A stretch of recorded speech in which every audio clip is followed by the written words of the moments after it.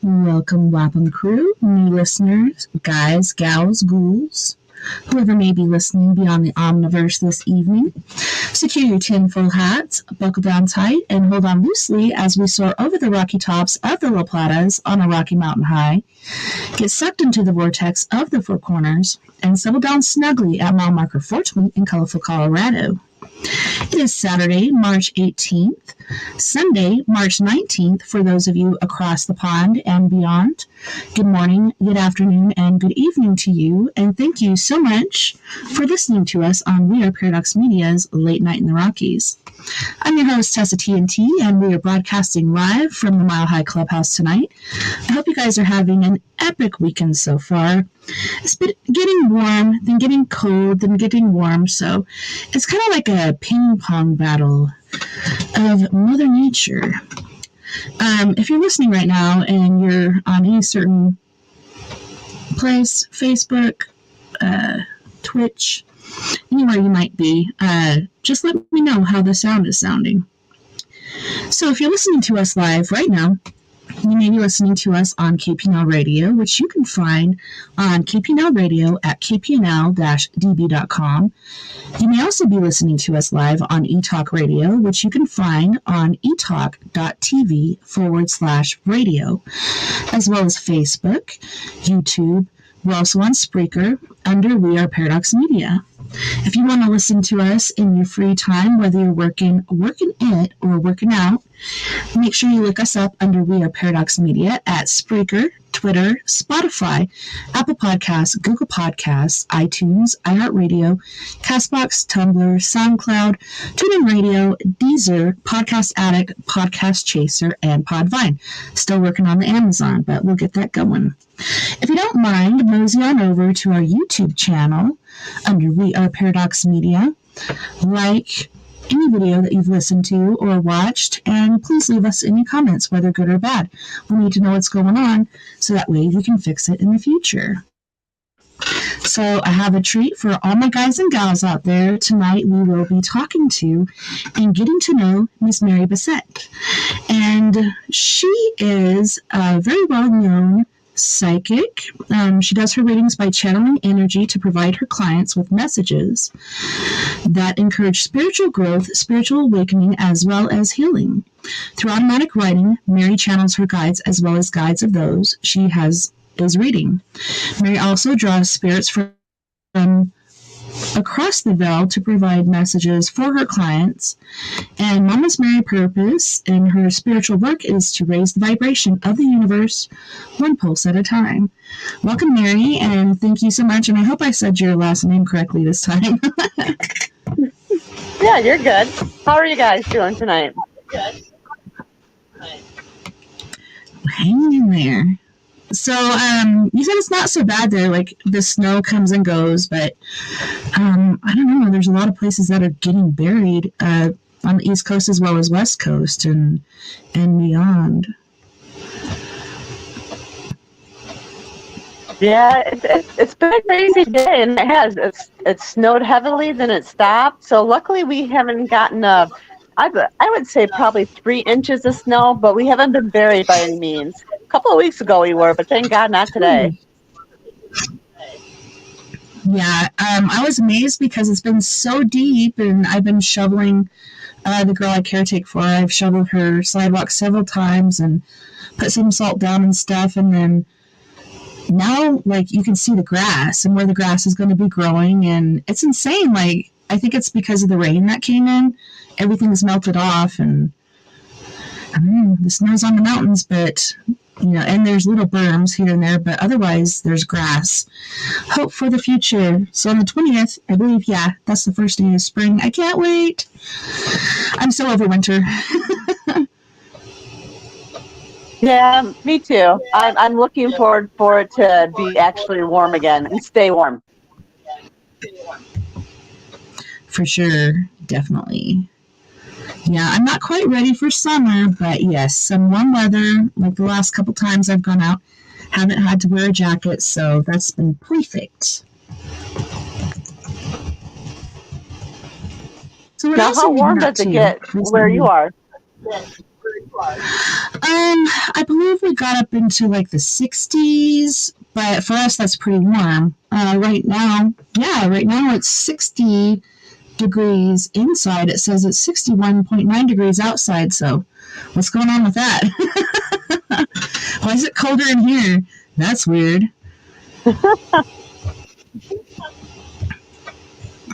It must be my heart. I'm just kidding.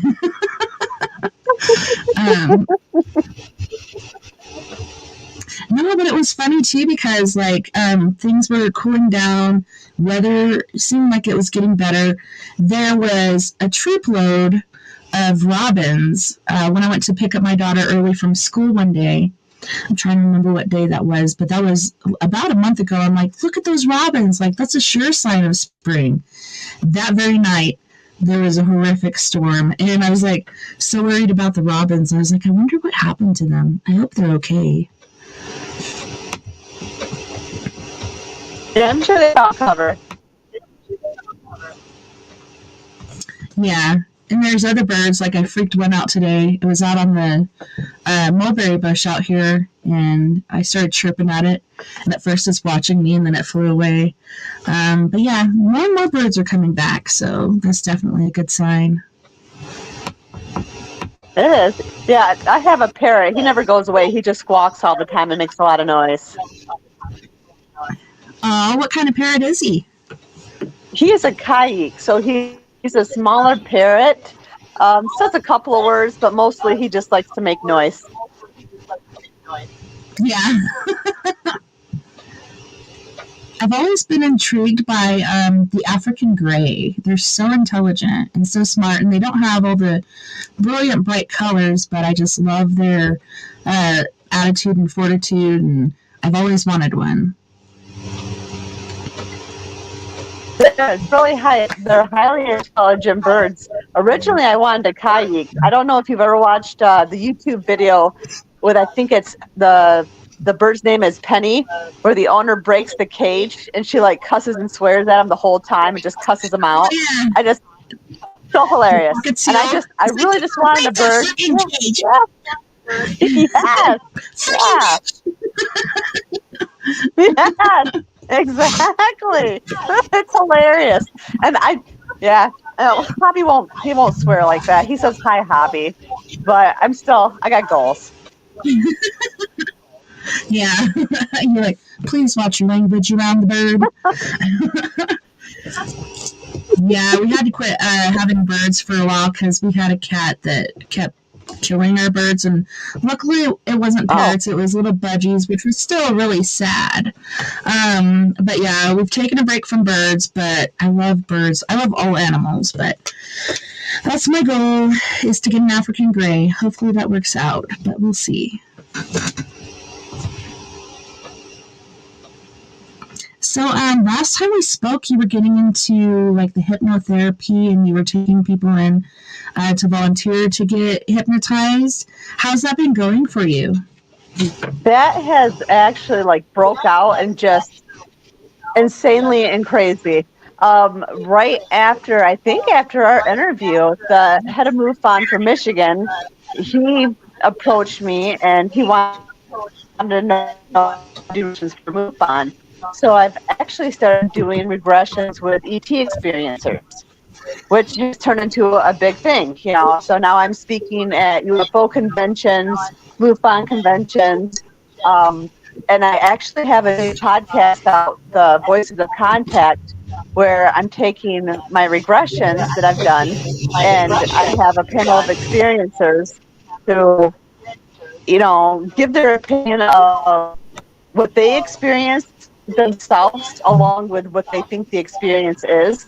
So I have head of MUFON of Michigan. He's part of the show, and then Deb and RJ DeRoos, which they head up the Michigan UFO Contact for conventions, and then Michael Carter, who is actually a contributor to Ancient Aliens. We do that every Friday night at 8 p.m. That's awesome.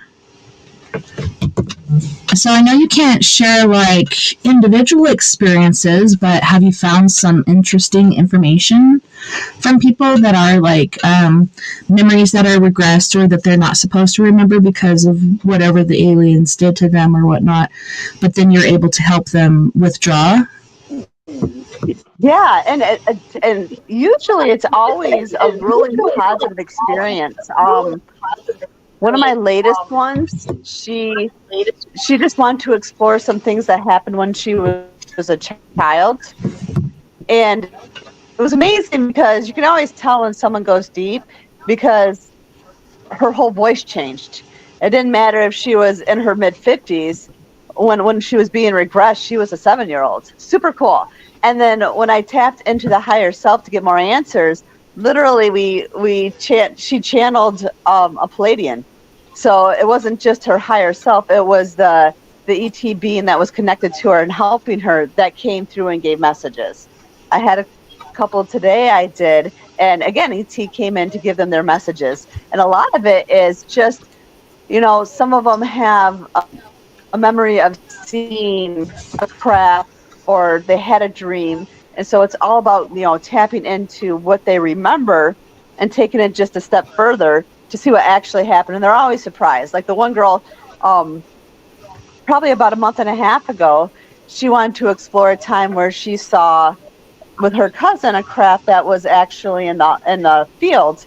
And she was surprised because in her conscious memory, she didn't know there was a door, and there was this whole other experience that was connected to just seeing that craft. So it's so very healing.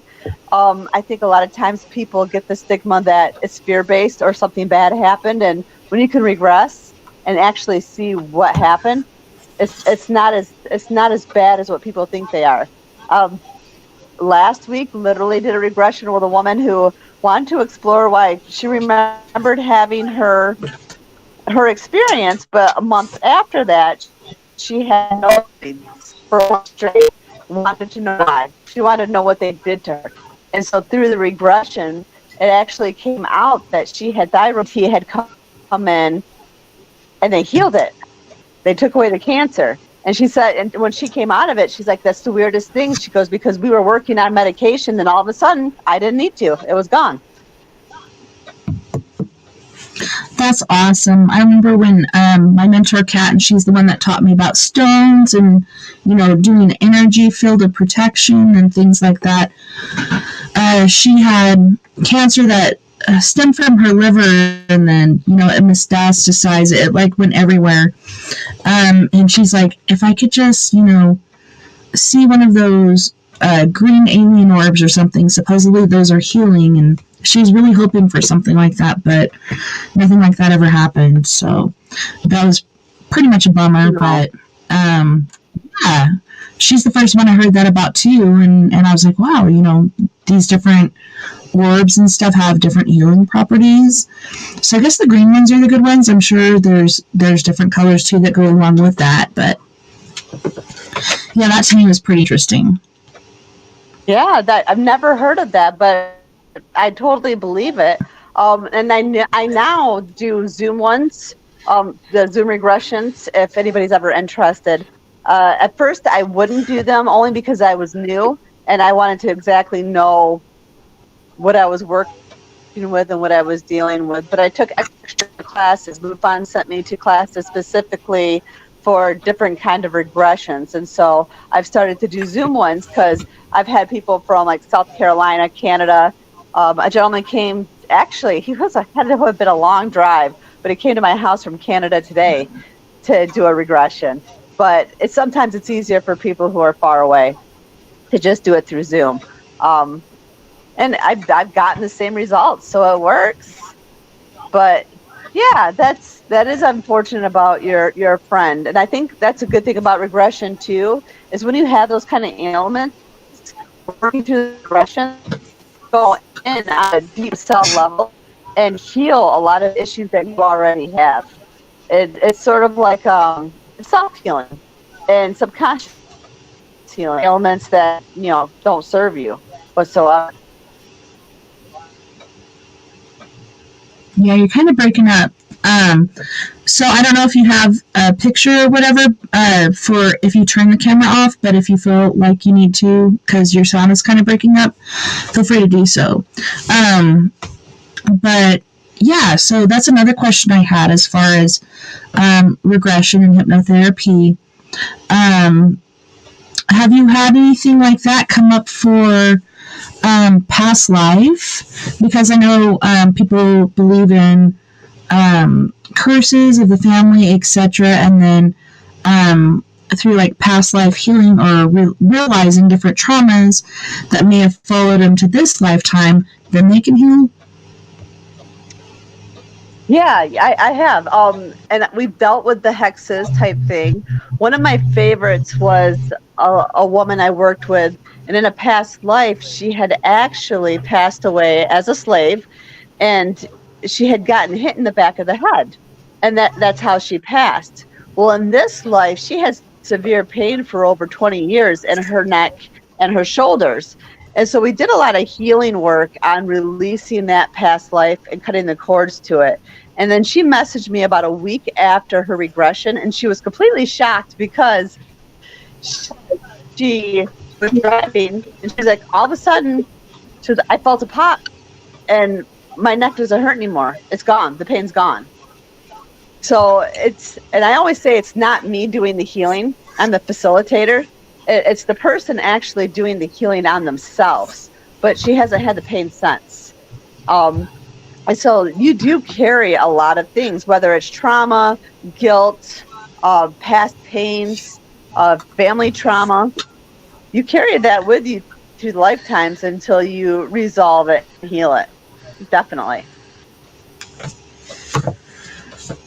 Yeah, it's pretty amazing. I had an offer from one of the psychics I had on in the past, and she had offered to do like a past life regression with me. And I don't know, I think it's because I didn't really know her, and I'm worried about anybody like going in here. Like, what if she knocks over a table and breaks a lamp or something? But yeah, I kind of worry about that. And then there's other people that are telling me like, don't worry, like everything's fine. They're not going to make you do or say anything you don't want to, and everything really works out in the end. So I do have a close friend that's been doing training for this as well.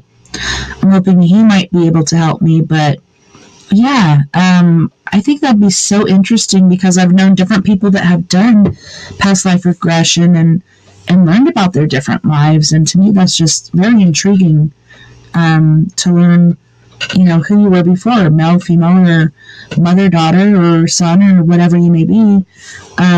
Pretty interesting to learn about those things. Have you ever done a past life regression? That's actually what I started with. That's the courses I took was specifically for past life regressions. And then MoveOn had approached me about doing regressions for them, working with the ET experiencers. So they sent me to different classes for those. But yeah, past life regressions, you come up with a lot of answers. And really every single regression when it comes to past life, you're always going to pull up something that correlates with this lifetime. So issues that you're having with this lifetime, that's the life you're going to regress to in a past life to see exactly why you're dealing with what you're dealing with now, and you can let go of it. One example would be I did a regression with a woman, and she was on disability. There was many times that she was unable to get out of bed because her back hurt so bad. She just couldn't function, and she didn't understand why. And she would tell me, she said, I don't get it. She said, I never did anything to my back. I don't have any injuries. She says, I don't understand why I'm like this. And so we did the regression, and we came up with a couple of things, a connection with her brother in this lifetime. But long story short, I always regress to the last day of their life. On the last day of her life, she had climbed a ladder and she had fallen on her back, broken her back, and that's how she died. So that's why in this lifetime she had such severe back pain. So we worked on cutting the cords with that past life so that it would no longer affect her. And so she still does have back pain, but now she's getting out of bed, she's going to the YMCA, she's working out, and she's actually functioning with like so much less pain. It's life changing. There's always a correlation. I mean, some people come in and they just want to do a past life regression, but if you're having serious issues, it can make a huge difference in your life. Okay, so Mary says she's not hearing in here, but I see it bouncing on different waves. And now my mic looks really hot. I'm going to turn this down a little bit. It's getting a little too hot in here. But no, Mary, it's bouncing cable output in the voice meter. Sometimes on Spreaker, it's a real bitch. You have to reset it and then go back. It should be fine, because on the output and everything, it's looking good on both our parts. So try to reset that, Mary. I don't know. Everything's looking good, but I've said that before, and then all of a sudden, like even my butt looks good. So yeah, what is going on with that? So what about dreams? Do you think like reoccurring dreams for people, whether like for me when I was a kid, I used to have one where I know I was working in like New York City or something, New York, and I was way up on the skyscraper, and there's a beam that came by on a crane, and for some reason, I do believe we were eating lunch. We were eating out of this old style lunch pail. Then all of a sudden this beam came over and I jumped on it. Maybe that's something I've done before, and rid it down to wherever it was supposed to go. And all of a sudden this wind gust came and really made it go willy-nilly. And I fell. And I remember before I fell, looking down and seeing like how little the people appeared. So I don't know if I was building the Empire State Building or something. It was a very tall building. The people looked like little tiny specks. The cars, looked like little tiny cars. And as I fell from the beam, everything got bigger and bigger. And then there was a crack of the sidewalk, and I would wake up every time. I don't know. So I don't know if that is a past life memory that I had, but that's one of my big fears is heights and falling. Yeah, it could be. I mean, dreams tell us a lot. And sometimes you just have those weird dreams. You had a bad day or you ate something weird before bed and you have weird dreams. It happens. But when you're having those dreams that occur over and over again, that's your subconscious trying to give you a message of something that, and it could be from a past life that you're not learning now that you need to learn. And, it could be, for me, the first thing that comes to mind is being afraid to take that leap because you don't want to fail. So it's almost like, don't be afraid of the fall. Don't be afraid to take that leap and go for it. Because sometimes when, especially in a past life, if we failed, it holds us back. We don't want to do anything new. We don't want to make any changes. We want to do things the same way because at least we know we're not going to fall. So I would, when your friend is ready, go with that. See if you can regress to that kind of life. But usually if it's a recurring dream, it always means something. There's always some kind of connection. There's a purpose to that dream. This happened when I was like 5 or 6, until the age of about 7 or 8. Okay. Every freaking night. And then I looked into it, did some studying up, and it was like, well, it could be because my mom passed away when I was 5, almost 6, and maybe it was because everything seemed unbalanced. But I'm like, it could be that, or for me, it was just so real. I don't know. It just seems so real, all the feelings and everything. So I don't know. That's why I'm just like, I'm so tempted to do a past life regression, but at the same time, I'm like, I don't know. But the more I talk to people, the more afraid I am to do it. So I don't know. I'm pretty tempted. Well, yeah, and what I always tell my clients too is, their biggest fear is, okay, I'm going to go under, and then I am exposed to this person, and they get to say and do whatever, and I'm just here helpless. And that's really actually not the case. The person being regressed is in full control all the time. If they don't want to talk about something, they don't have to. And that's what I always let them know is you're in control. So during that regression, if you say you don't want to go, you don't want to explore that, then we won't.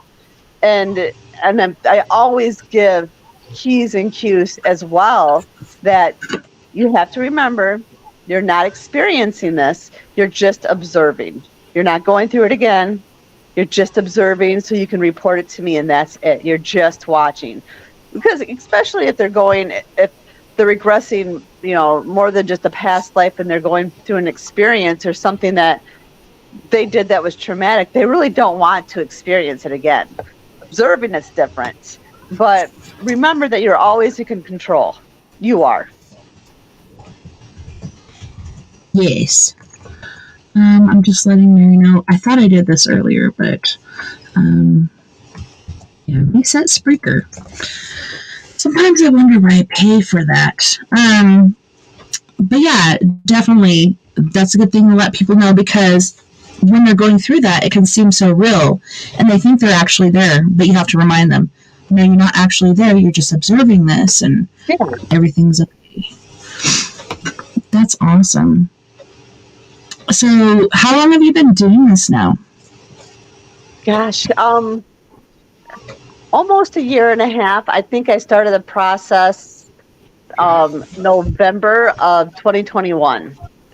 So I've done close to 100 regressions now. They have turned more, ET related versus past life regression related in the last couple of months. But I think that's because 2023 is going to be a big year for experiencers when it comes to UFO sightings and contact. And so that's kind of why it's waking up, is because people are kind of starting to see that their experiences were more than just a dream or a glitch in their memory or a coincidence. It's, people are starting to wake up to that experience a little bit more, especially with all the balloon sightings we had a couple of months ago.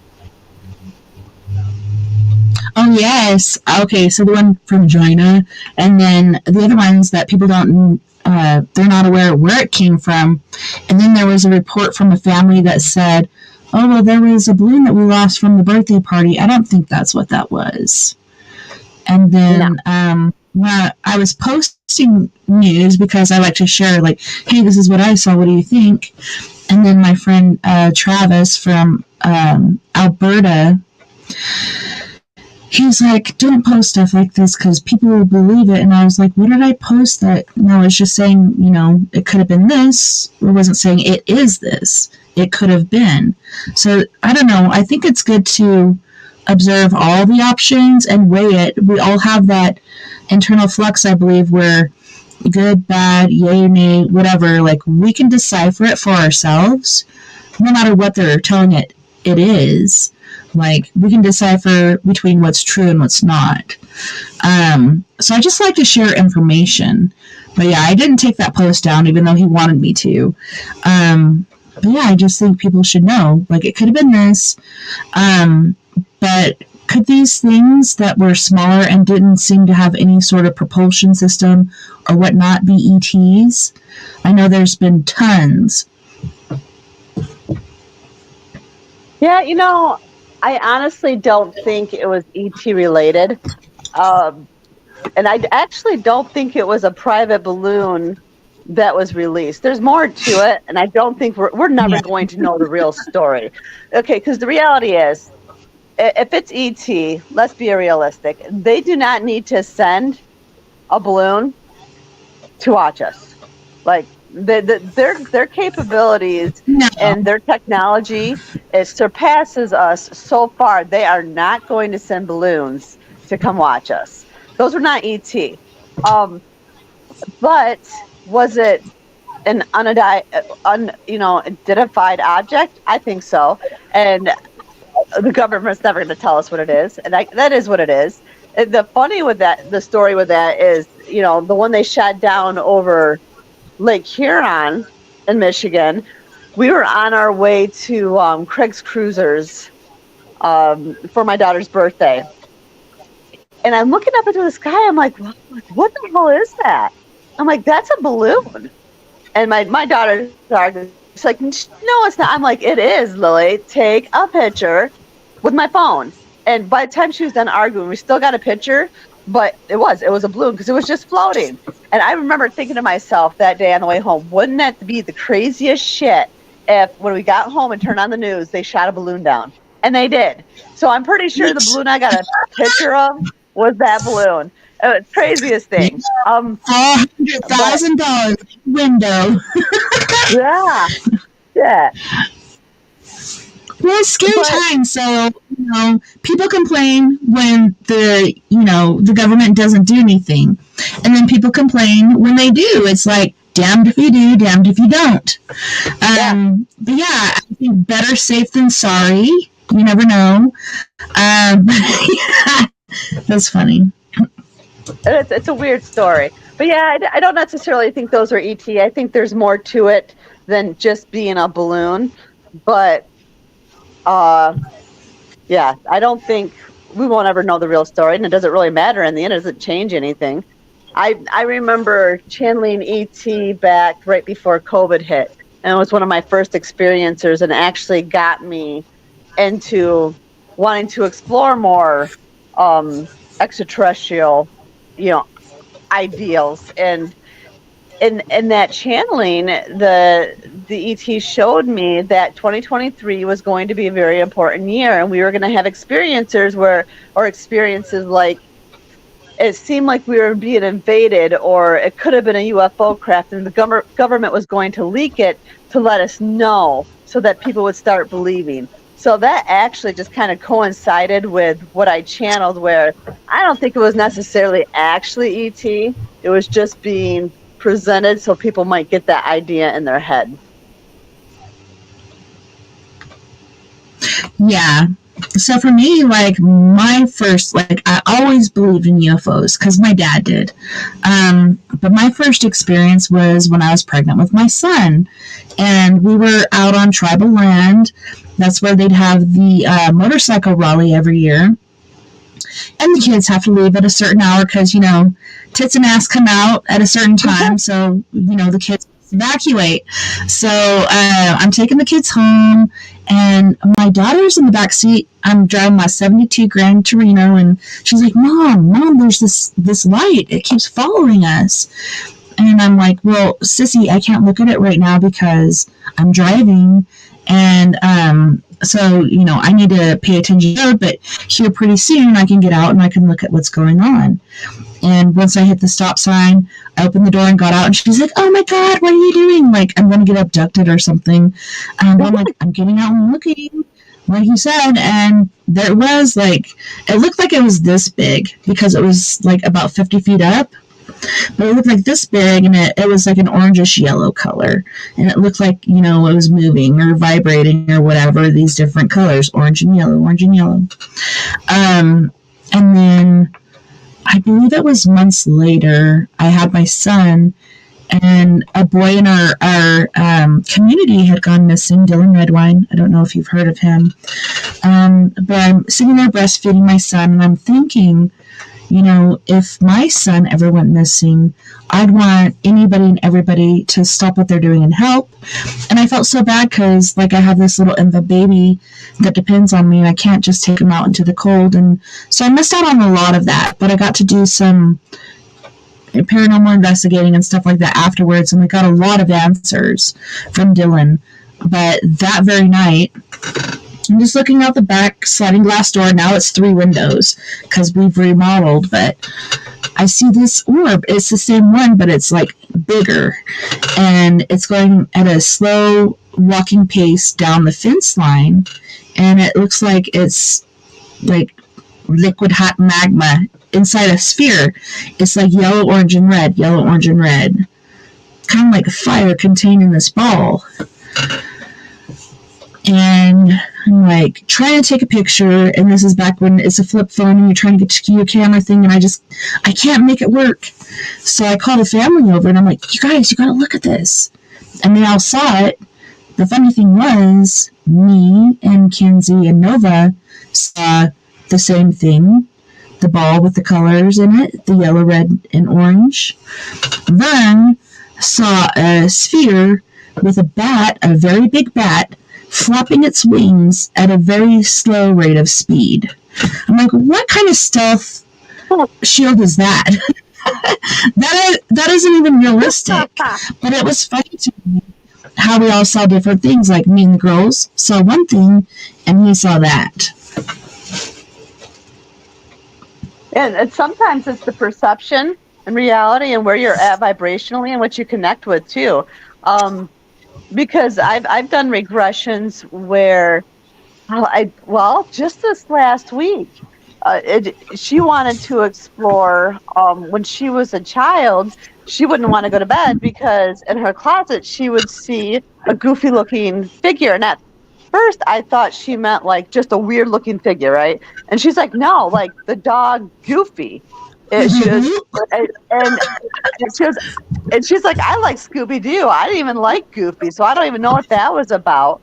But through the regression, we realized that E.T. was trying to, because she was scared, to calm her down, present themselves as a cartoon type character. They had it wrong. She likes Scooby Doo, not Goofy, but they will do that. They will try to present themselves to a perception that you can connect with that won't freak you out. Something that will make sense to you. Mm-hmm. Yeah, I've heard that about spirits too, as far as like, spirits portraying themselves like somebody under a sheet or something weird like that. Like, why would they do that? To make you more comfortable? I don't know. It's so strange to me. One of them appeared as a reaper. One appeared as a person under a sheet. I don't know. It's pretty interesting. Yeah, it's like, sort of like what yeah. I think it's what people can relate to the most, really. What's going to connect with them to get their attention without maybe freaking them out too much? What's going to hit home for them?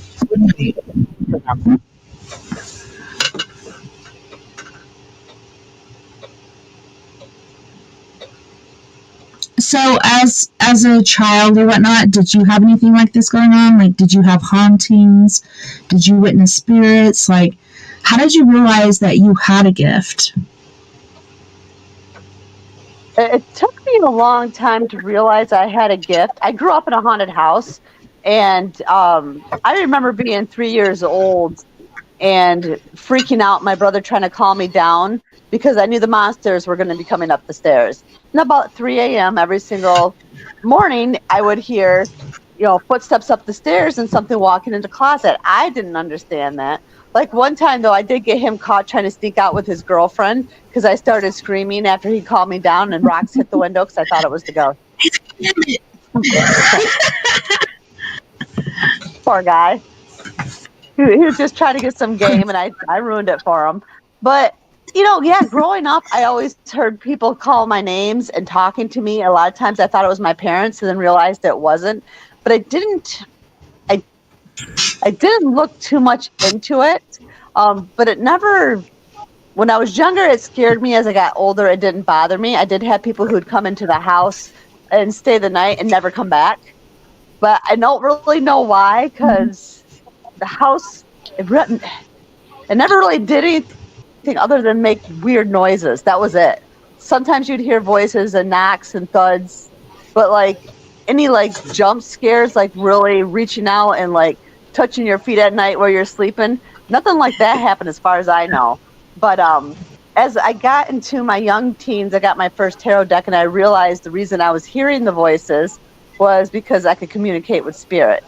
Then kind of got a little bit away from it in my young 20s and got back into it in my 30s, and then really started developing it and growing it, and and then here I am. Exactly. That's so crazy because that's kind of the same for me. So when did you get into the tarot? The tarot, I got my first tarot deck when I was about 16, 17 years old. My mom had taken me to my first psychic fair.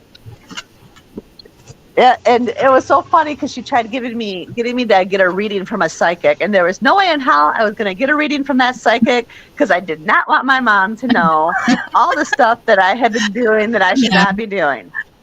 Yeah. But I realized then when I started reading with the deck, I was like, Yeah. And then started reading with that deck, and I realized how spot on it was. It was crazy. I'm like, wait a minute, there's something to this. There's more to it than just a deck. And then, yeah, I actually ended up losing that deck. But when I started back into doing my readings in my early 30s, I looked up decks, and it was the first deck I came to. So it's still the same deck that I use to this day for my readings for other people. That's awesome because I'm kind of the same as you. That's why I'm like, hey, sister.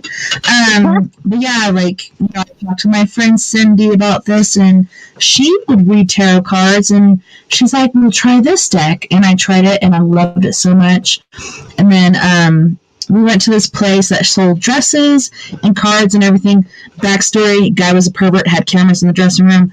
But anyways, I was like, babe, you should really buy me this deck because I heard you shouldn't buy a deck for yourself. It should be a gift because reading cards is a gift. So I'm like, babe, can you please buy this for me? I think I actually had to buy it for myself because he was a prick.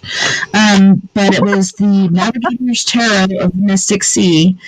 And oh my God, like, so right on, so many times.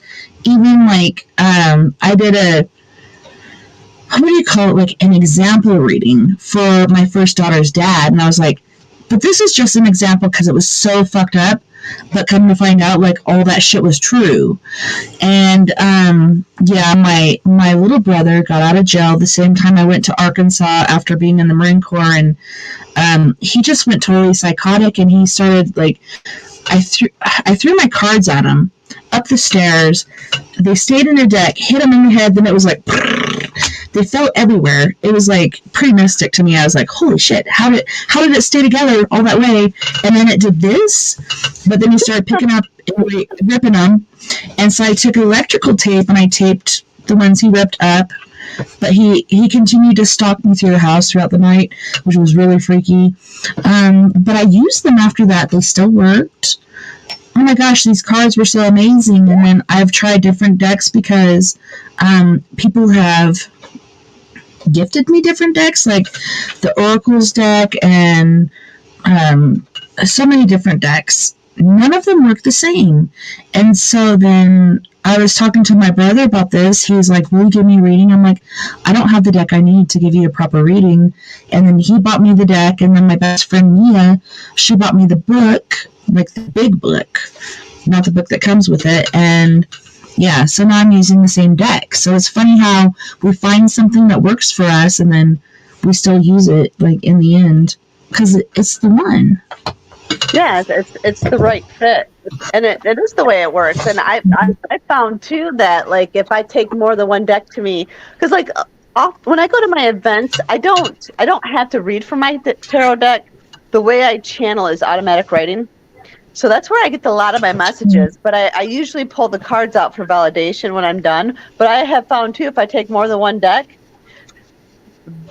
sometimes the deck will like one deck will like another person while the other deck likes another person. So sometimes, like, I could pull cards in one deck and it's like totally dead. And I'm like, what is this? What's going on? But yeah, the decks like can be finicky. Yeah, that's interesting. I haven't thought of it that way because I haven't really read people like I used to. Like, I used to read a lot of people, and even my youngest daughter, Lily, it's funny, you have a daughter, Lily, too, but she comes in this last week twice, like, Mom, and she's got like the original deck in the yellow case, and she's like, Mom, come on, let's do this. And I'm like, oh, I'm so tired right now, I don't want to, but I'll do it later. But yeah, she's so into it too. But it's funny, like you said, different energies for different decks, so what works for you might not work for everyone. I know, that's pretty intriguing. Never thought of it that way. Well, like the deck that I use to read for other people, I don't use for myself if I want to give myself a reading. I have a whole different deck that I don't use for anybody except for me, because it's a different energy. It's private. But yeah, it's a special deck, and it's a tool. It's a part of you. Yeah, mine's like for me and the family. Yeah. Yeah, I don't read people So yeah, that's interesting. But you go out there and you read many people. Oh my goodness. It takes so much energy. I'm so proud of you. I can't even imagine. Energy. You take a bubble For bath, have me, some I champagne. feel like yes. Well, the way I see it is when you give somebody a reading and you raise their vibration, you give them the information they need, and then they're going to connect with other people, whether they give people readings or they decide to be a healer or they're just feeling better, they're going to connect with somebody and raise their vibration. And by the time you're done through that work, a lot of different people have had their frequencies changed and their vibrations changed and raised Like a and feeling chain better. reaction. That's exactly it. It's, it's not about the one person that does the work. It's that domino effect of what happens when just one word changes everything. One word changes the perspective.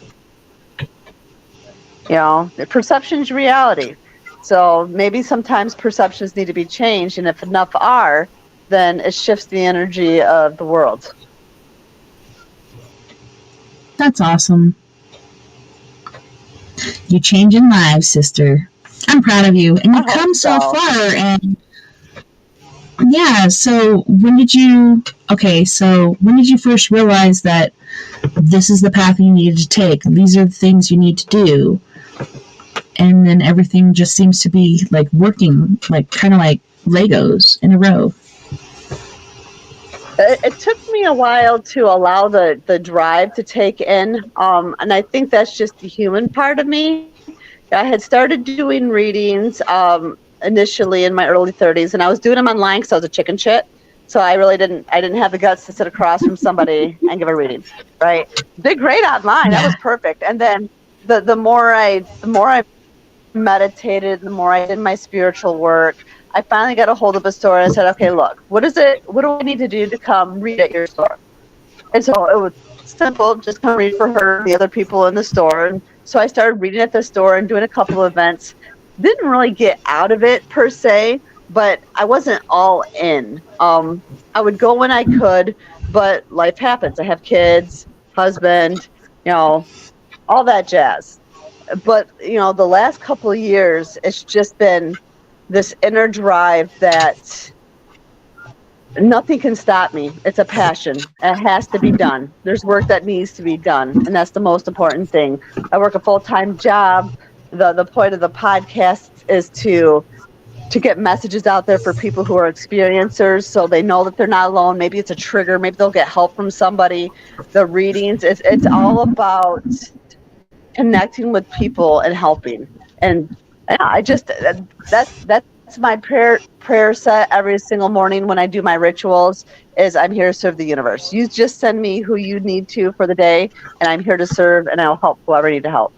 And it's just a driving force, just like you. When you do this podcast, it's a driving force.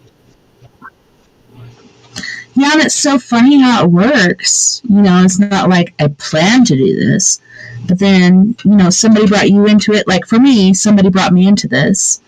And then, of course, I got fired. And I was like, fuck you, I ain't fired, I quit.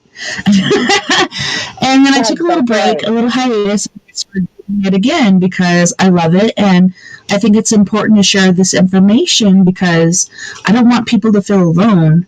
And I want them to know they're not alone. And we're all going through this together. And together we're stronger.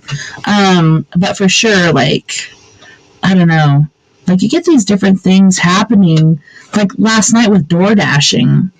It was my very last DoorDash, and the DoorDash before that, I saw this guy, and he's got this full leg brace on. He's walking with a cane very fucking slowly down the road. And then I come back down to do my last DoorDash, and there he is, like, in the right-hand lane, so I go into the left-hand lane, and I'm like, what the fuck is this guy doing?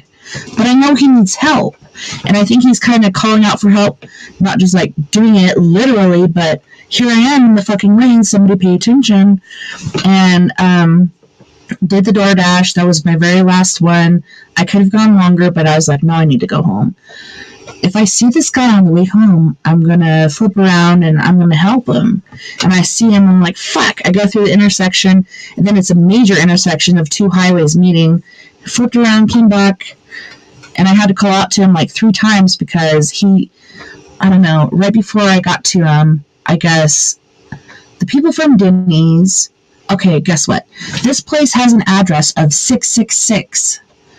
These people are fucking assholes. Like, earlier that day, there was a homeless man out there, and I'm like, hey, how's it going? Talking to him like he's a human being, because he is.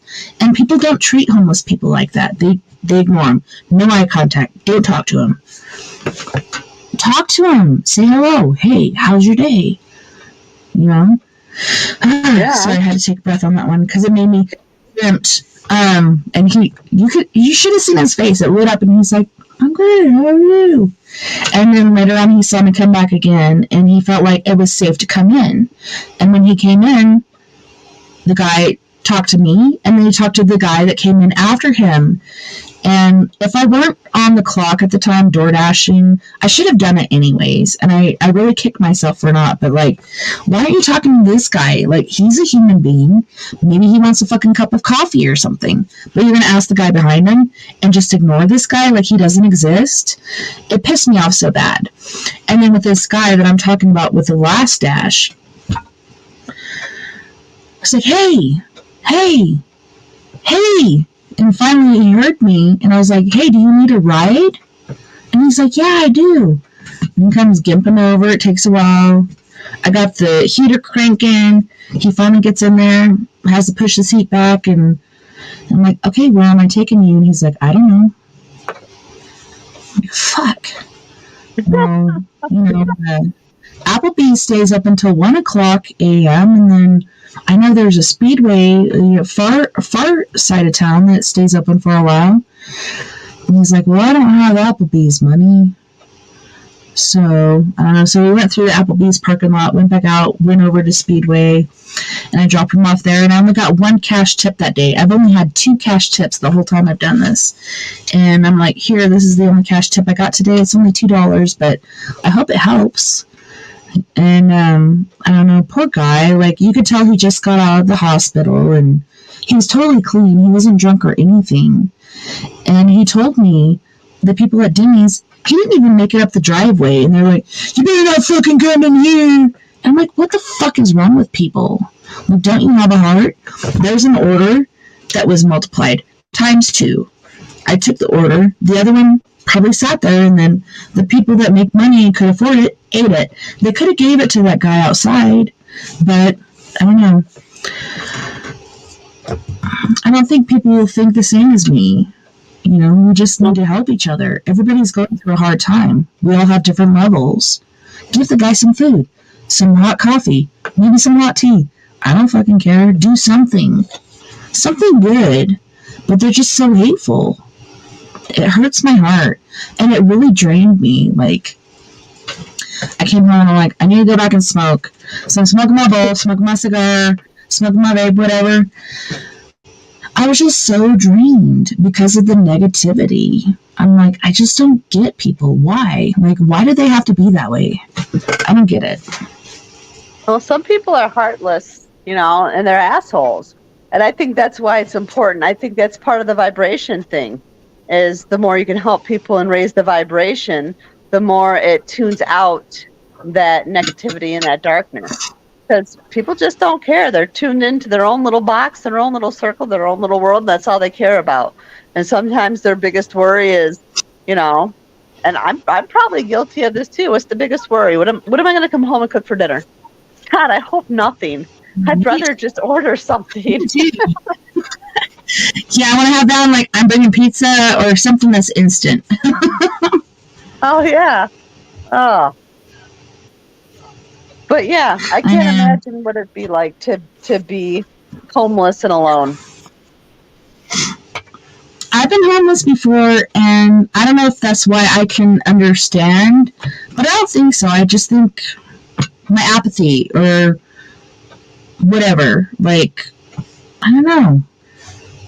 They're human beings, too. And not all of them are drunks and drug addicts. And that last guy that I was telling you about, when I gave him the $2, he's like, well, unfortunately, there's no liquor stores open right now, because that's what people think. Oh, they're just going to go buy booze, or they're just going to go buy drugs. Maybe they're going to fucking go buy food. And that's what made me feel bad too, is like, when I picked him up, I could have been like, hey, you hungry? And I could have taken him over to McDonald's or whatever and bought him something. But I was thinking about, where do I take him? So, I don't know. Next time if I see him, I'm going to take him and get some food. But he didn't say he was hungry or anything. I was just thinking of a warm place. And last night was so cold compared to nights before. So hopefully, like, this place I took him had an actual, like, wash station, like a car wash back there. So maybe he could find some shelter in there. And the guy that I picked up an order from there earlier that night seemed like a pretty kind guy, so maybe he'd allow him to stay there, or maybe he'd even take him home for the night. I don't know. I'm just hoping for the best from everyone. Hoping this links up, like we said, like Legos or whatnot. But the world's a hard place right now.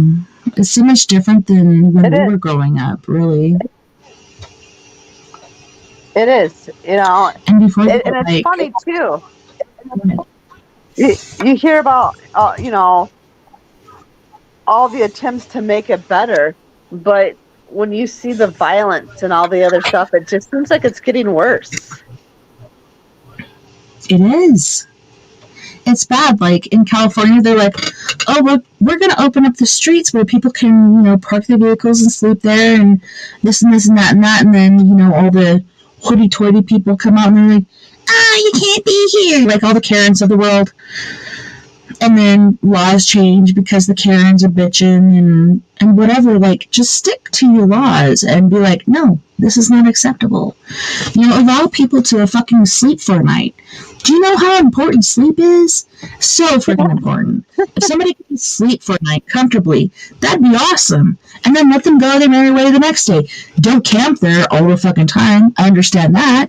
But let them sleep. Let them sleep, let them be warm. Yeah. Mm-hmm.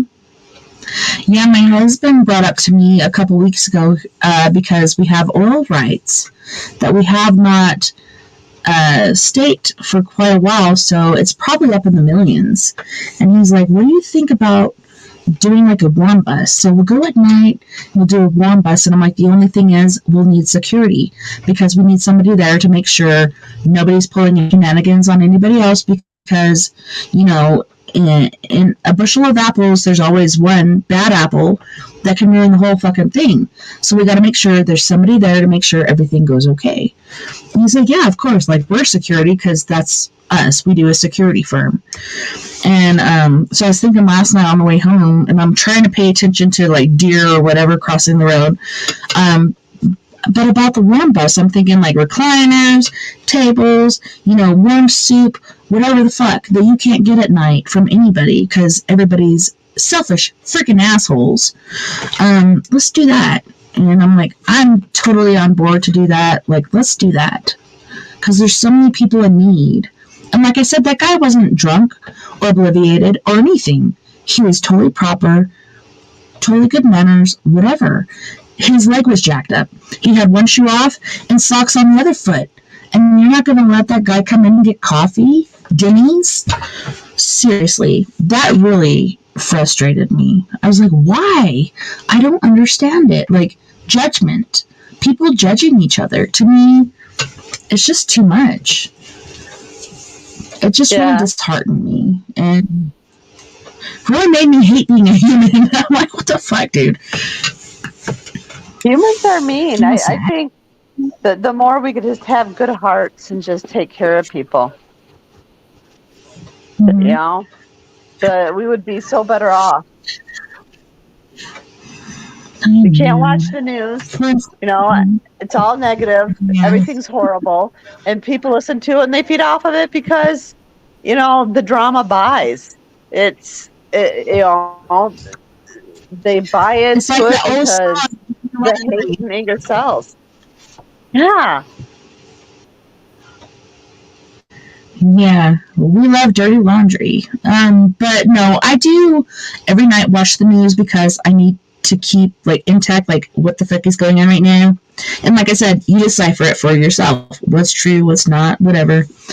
Um, but yeah, it's true. Like a lot of it is negative. Even in France, like shit's going down. Things are going crazy all over the Yeah, I world, saw that. and the world is literally falling apart.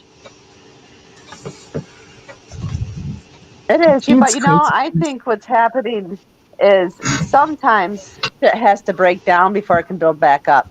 And so while it feels like it's Mm-hmm. falling apart, it's chaos. But what's really happening is a restructuring of what we really are and who we are and what we're going to stand for. So as it breaks down and it shatters, we rebuild into something different. It's all about that love energy. It's about shaking away that hatred. And so sometimes right before that shift happens, everything comes to surface of what needs to be released and taken out. The anger, the hatred, the greed, the not being one with other people, not taking care of people. That stuff is so prominent right now because that's what we're shaking down and getting rid of. So that when it all settles, we're actually living at a fifth dimensional level. Because that's what we did when COVID hit. COVID was all about, yes, we lost, it was a tragedy. We lost a lot of lives, but it was also all about shutting everything down and staying home and connecting with your family and getting back to what actually really mattered. And that was the beginning. And as everything opened up and we rebuilt, we're being shown what we no longer want. That's why it doesn't feel good anymore. It's not a vibrational match because we're raising to the 5G, the 5D. We're there. And so all the other crap comes to the surface so the light workers can shake it off. Yes. Sorry, I have to turn this down because it's going red. Oh no, we're in the red. But no, it's definitely like a rebuilding process, and a lot of bad things have happened, like a lot of abuse and domestic violence. But at the same time, like evaluation and different stuff like that happening. For me, I just went outside and worked in my yard and regrew things, etc. I'm just working on, for me, therapy is digging the dirt and working with plants and things like that. But a lot of other families went in a bad direction, like me. My husband almost died. Other families, they're not used to being with their family all the time. There was a lot of domestic violence and child abuse, etc., etc. There's so many different variations. Yeah, it's insane. But we do definitely need to go to our music break. If you're down. Yeah. So in this break, let me move this down here a little bit. It's all jacked up. So we have Miss McKaylin Hay from Ontario, Canada with Gravity, Mirror, Pins and Needles. Oh, holy shnikes. That's the second break. So we have Nothing But Blood, Collapse, Devil You Know, and then we have Sugar from Fred Johnson III. You guys don't go anywhere. We'll be right back after this music break.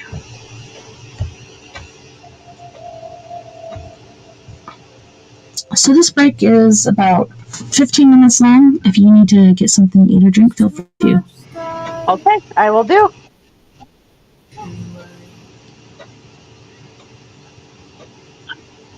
Birds on the wire singing, but I don't know why.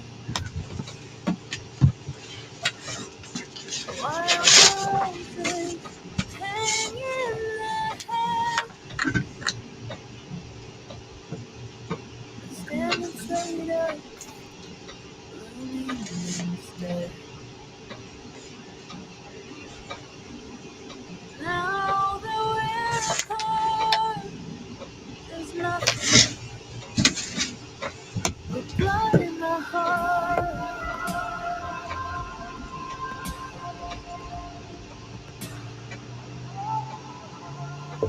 Why is that guy have a smile on his face?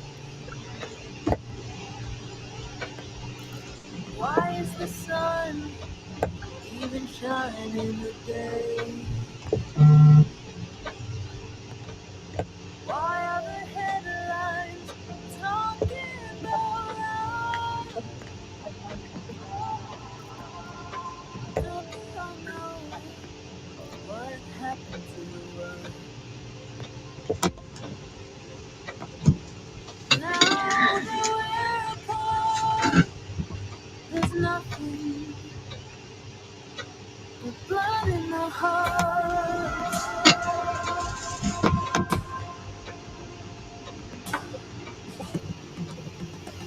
The moon goes up, the sun goes down, the stars light up, the world goes round. Every day, life moves on, it don't stop for anyone. The moon goes up, the sun goes down, the stars light up, the world goes round. Every day, life moves on, it don't stop for anyone.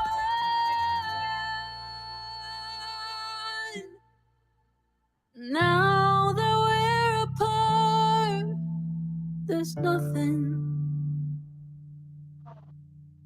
Now that we're apart, there's nothing but blood in my heart.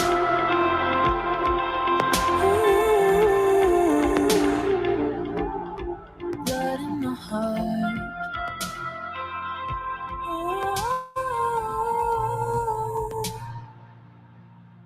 Blood in my heart.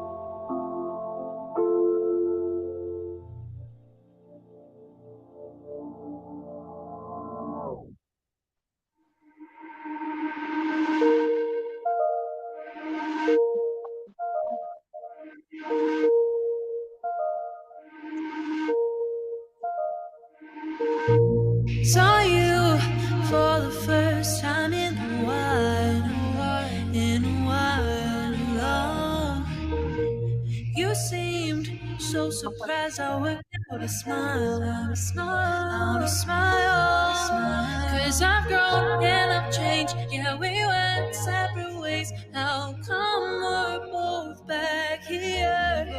Cause you pushed me away, let my life rearrange. But still we're both back here. Both back here. Close to me, I want you close to me. I can see that you wanted me. Follow me, baby, just follow me.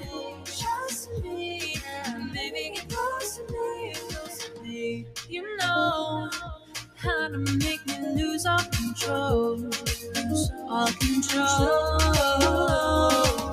I should know when I need to let myself go. So let's go. Close to me, I want you close to me. I can see that you wanted me. Follow me, baby, just follow me. Trust me, baby, get close to me. I'm not the same. I'm not the same. I'm not the same person anymore. I'm not the same. I'm not the same. I'm not the same. I want you close to me. I want you close to me. I can see that you wanted me. Follow me, baby, just follow me. Trust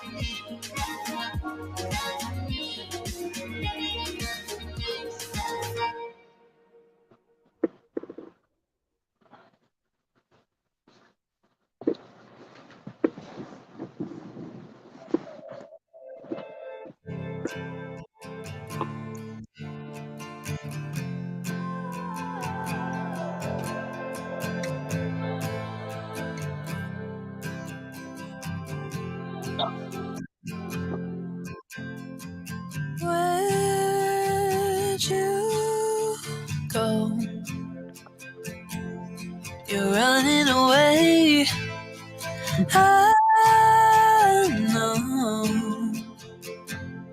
that it ain't easy. I see you're losing your mind. You're pushing away. Yeah, it's a mistake. Yeah, it's a making me check my phone to see if you called. I know I'll get nothing at all. I carry the weight of both you and me. I'm starting to break. I wish you could see what you're doing to me. What you do. Yeah, we're going too fast. Get your foot off the gas.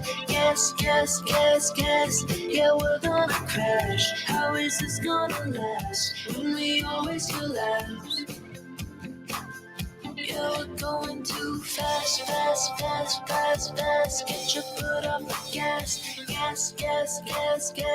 Yeah, we're gonna crash. How is this gonna last when we always collapse? Stop. When we always collapse. When we always collapse. Throw me off of my game again. Never thought I would bend. You're making me soft. I'm starting to slip. You don't give a shit.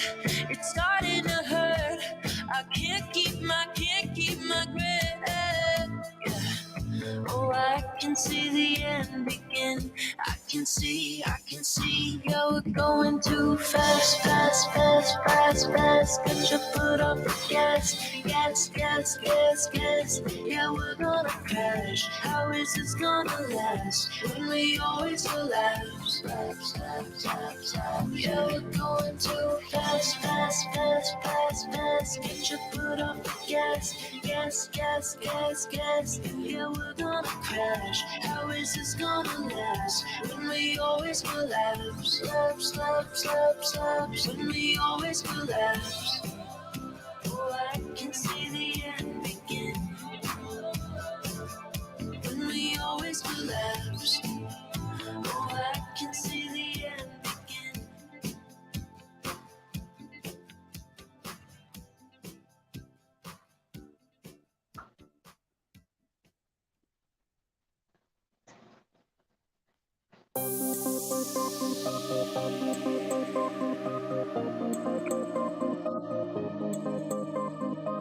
Your troubled heart bleeds like a river. It's rushing towards fields painted greener. It doesn't see the demons behind, praying you're getting close to the line, so they can get their hands on love and trade it off for silver. The curtain's nice, but what it hides is worse than sticks and stones. Before you climb a fence tonight, look through the microscope. Better the devil you know. Better the devil you know. Better the devil you know. Better the devil you know. Your nervous spine is crawling with shivers. You're standing right in the eye of a blizzard. Your inches Rise from a shelter so near, the warmth of a home in a chandelier, shining down its light on love, wishing you'd be closer. The curtain's nice, but what it hides is worse than sticks and stones. Before you climb the fence tonight, look through the microscope. Better the devil you know. Better the devil you know. Better the devil you know. Better the devil you know.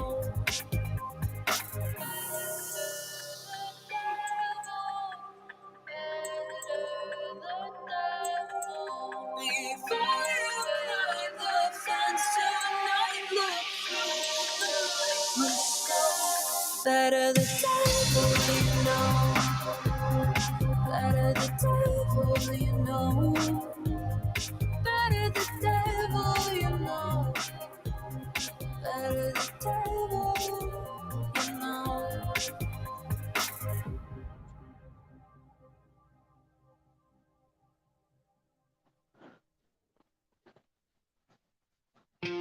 Waiting here on this cold, lonely night without you. The tension's overbearing. Wondering, are you coming back home again? To inspire fondness with love.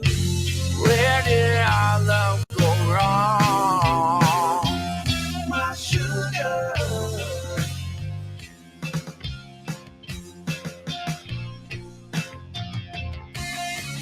Why did I make you cry? Whispers flow through my mind when I think about you. That warm feeling in me. My heart sings a sad song and just melts away.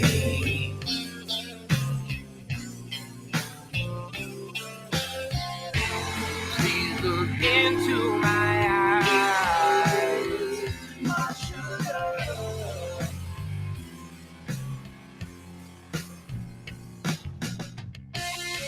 There's life in out there.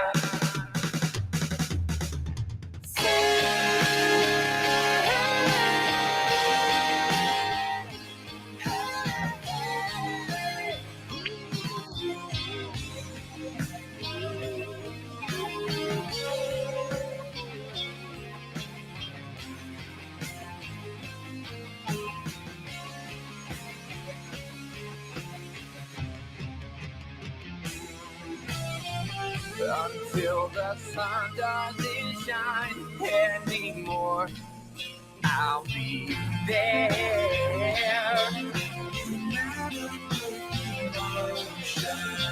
When time is a memory, I'll know this love.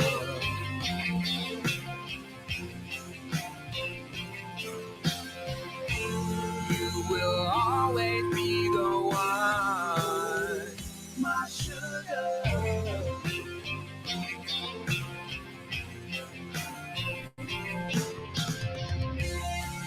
The feeling is so strong. Waiting here on this cold, lonely night without you.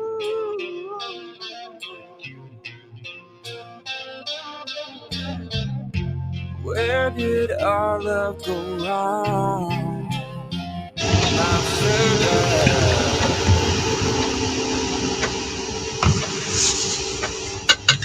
Oh my goodness. That's one of my favorite artists, and I think I failed to announce him.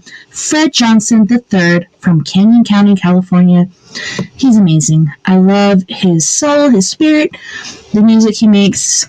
It's amaze bowls, I must say. But welcome back. Here we are tonight with Miss Mary Bassett. Welcome back, Mary. Hi. Hey, hey, hey. How was your break? It was good. I went and, relieved myself and came back and smoked my truck, took a breather, sang. It was good. How was your That was break? great music. It was good. I did the I same love thing. it. Nice. Yeah, usually the guests can't hear it, so I think I got it right this time. We'll see. But yeah, I'm glad you could hear it. Yeah, Michaela Hay, she's amazing, and she just graduated, I think, maybe a year or two ago. She's so young, so talented. So that's why I'm like imploring people online. I'm like, if you haven't seen her, look her up on YouTube. Michaela Hay. And then Fred Johnson III from Canyon County, California, like, why has this guy not blown up? I just really love his music. I really do. Music is a medicine. Yes, definitely. So you've always what? I didn't hear you. Oh, can you hear me now? Yes. Okay, so you said I've always. Oh, And I felt bad I've 'cause I've always loved bands that weren't known as well. I think like Imagine Dragons. I was watching them before they went big. I was going to their concert. Same with 21 Pilots. I remember taking my oldest daughter to a 21 Pilots concert. And she's like, Mom, this is so stupid. I'm like, you know what? You watch. One day this band's going to be big, and you can tell your friends you actually saw them when they weren't big, which means you have taste. There's a difference between going with the status quo and actually, finding music that's real. My favorite all-time band is Nico Vega, and I saw them for the first time when I actually went to see Imagine Dragons at the Fillmore. And man, she came out and they did an acoustic set, and oh gosh, she started singing and everybody was loud, and as soon as she started singing, everybody just shut up. And it literally was just life-changing. Just the sound of her voice, it was just beautiful. And she sang Wooden Dolls. So if you ever have a chance to listen to that song, you would love that song because it has a really powerful meaning. So like Nico Vega, Wooden Dolls. I didn't know at the time that she was actually the wife of Imagine Dragons. But yeah, I fell in love with that band, and it was almost, as corny as it sounds, like I'm one of those fans where it was almost like a spiritual awakening. She changed my energy of who I wanted to be. And that was actually where I got into, as weird as it is, my starting to do readings again, because it just opened me way up. It changed me. Inspired you. And, pushed you, progressed you. You're just like, yes, I know I need to do this. Yeah. Yeah, for me, like, religion is medicine, music is medicine. There's so many things that are medicine. Whatever you need to make you feel better can work. And, like, for me, music, I didn't realize how important it was to me. Like, I've always been a music lover. People haven't always been fans of my voice. But when I went to boot camp, and I got injured, and I got put on this bus to go to the medical facility, felt like forever. But the guy that was driving the bus turned the music on, but he turned it down so low that everybody had to be really quiet to hear it. And he knew what he was doing, and he knew how important it was. And like at that moment, I knew this is medicine to me, because I was quiet. I was listening. I needed to hear it more than the news, more than TV, more than anything. Music was so important to me. So if I ever get stranded on a desert island, music is one of my number one things. Food will come second. Music will inspire me to do other things. Definitely. I think, it teaches you things on so many different levels. And You know, music itself is a vibrational frequency. So depending on what you're looking for in terms of healing, whether it's a mood boost or like my favorite thing is, gosh, if I'm having to clean, I better have some System of a Down on and some Corn, Disturbed, because I'm getting shit done, and everybody better get out of my way. Oh, I love me some good anger music when I'm doing stuff I hate to do. Yeah, when you're cleaning the dirtiness, like you're killing it, you gotta kill it. For sure. No, it's so true. I saw my husband... Go ahead. Oh, my husband will get irritated with me because when we go places, I'll turn on the heavy metal music and I'll like headbang and he'll be like, no. He was like, God, no. He goes, don't you? He's like, I can't do this whole ride doing that. I'm like, I can't help not to do that. They don't understand. Yeah, and it's funny, you know, if he doesn't understand, we're just going to have to leave you as a footnote at the moment because this is very important. No, like I was about to say, I told my girl Tassie, who I caretake for, I was like, I remember sitting around the dinner table. I was pregnant with my first daughter. I just left her donor, which is what I call him, and it's a Mormon family, so you're not allowed to listen to heavy metal or anything like that. and call him my brother cousin's son because he became my brother at a very young age because they brought me into the family. He's always my cousin, and then he became my son because, you know, he was like black sheep out of the family, so I had to raise him from there. But now he's my brother again because I got adopted. But yeah, this one day he like took a scoop of corn and he's like, check it out, Mom, I'm listening to Corn. I reached over and stabbed him in the hand with a fork. But it was so fucking funny. Like, that memory was so funny to me, even though it was like kind of tragic. It was so funny because like his humor, hey, I'm listening to Corn. He wasn't allowed to listen to certain music, and he kept using his allowance to buy certain music and video games, and then those would get rid of, and then he'd just do it again. It rinse and repeat. Yeah, I don't know. It was funny to me, but kind of weird, but yeah, really funny. Well, it shows that he's a rebel at heart. Isn't that funny how that works? When people try to take away what you love the most, you do it more. And I think that's why, as a parent, I'm like, you know what? Listen to what you want. I don't care. You want to go somewhere? I don't care. Just tell me where you are.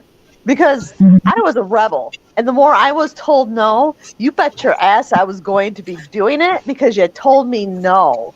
And if you wouldn't have told me no, I would have just stayed home all day and not cared. But, like, you tell me the opposite, I'm just going to, I'm going to do it just because. That's me too. Yeah, for sure. It's like, honey, baby child, you gonna tell me no? Yep, I'm gonna do it. I'm a rebel. That's right. It's a rebel within. But yeah, that was a funny memory. It's like, hey, I'm listening to Corn. Could you imagine the Corn actually making noise?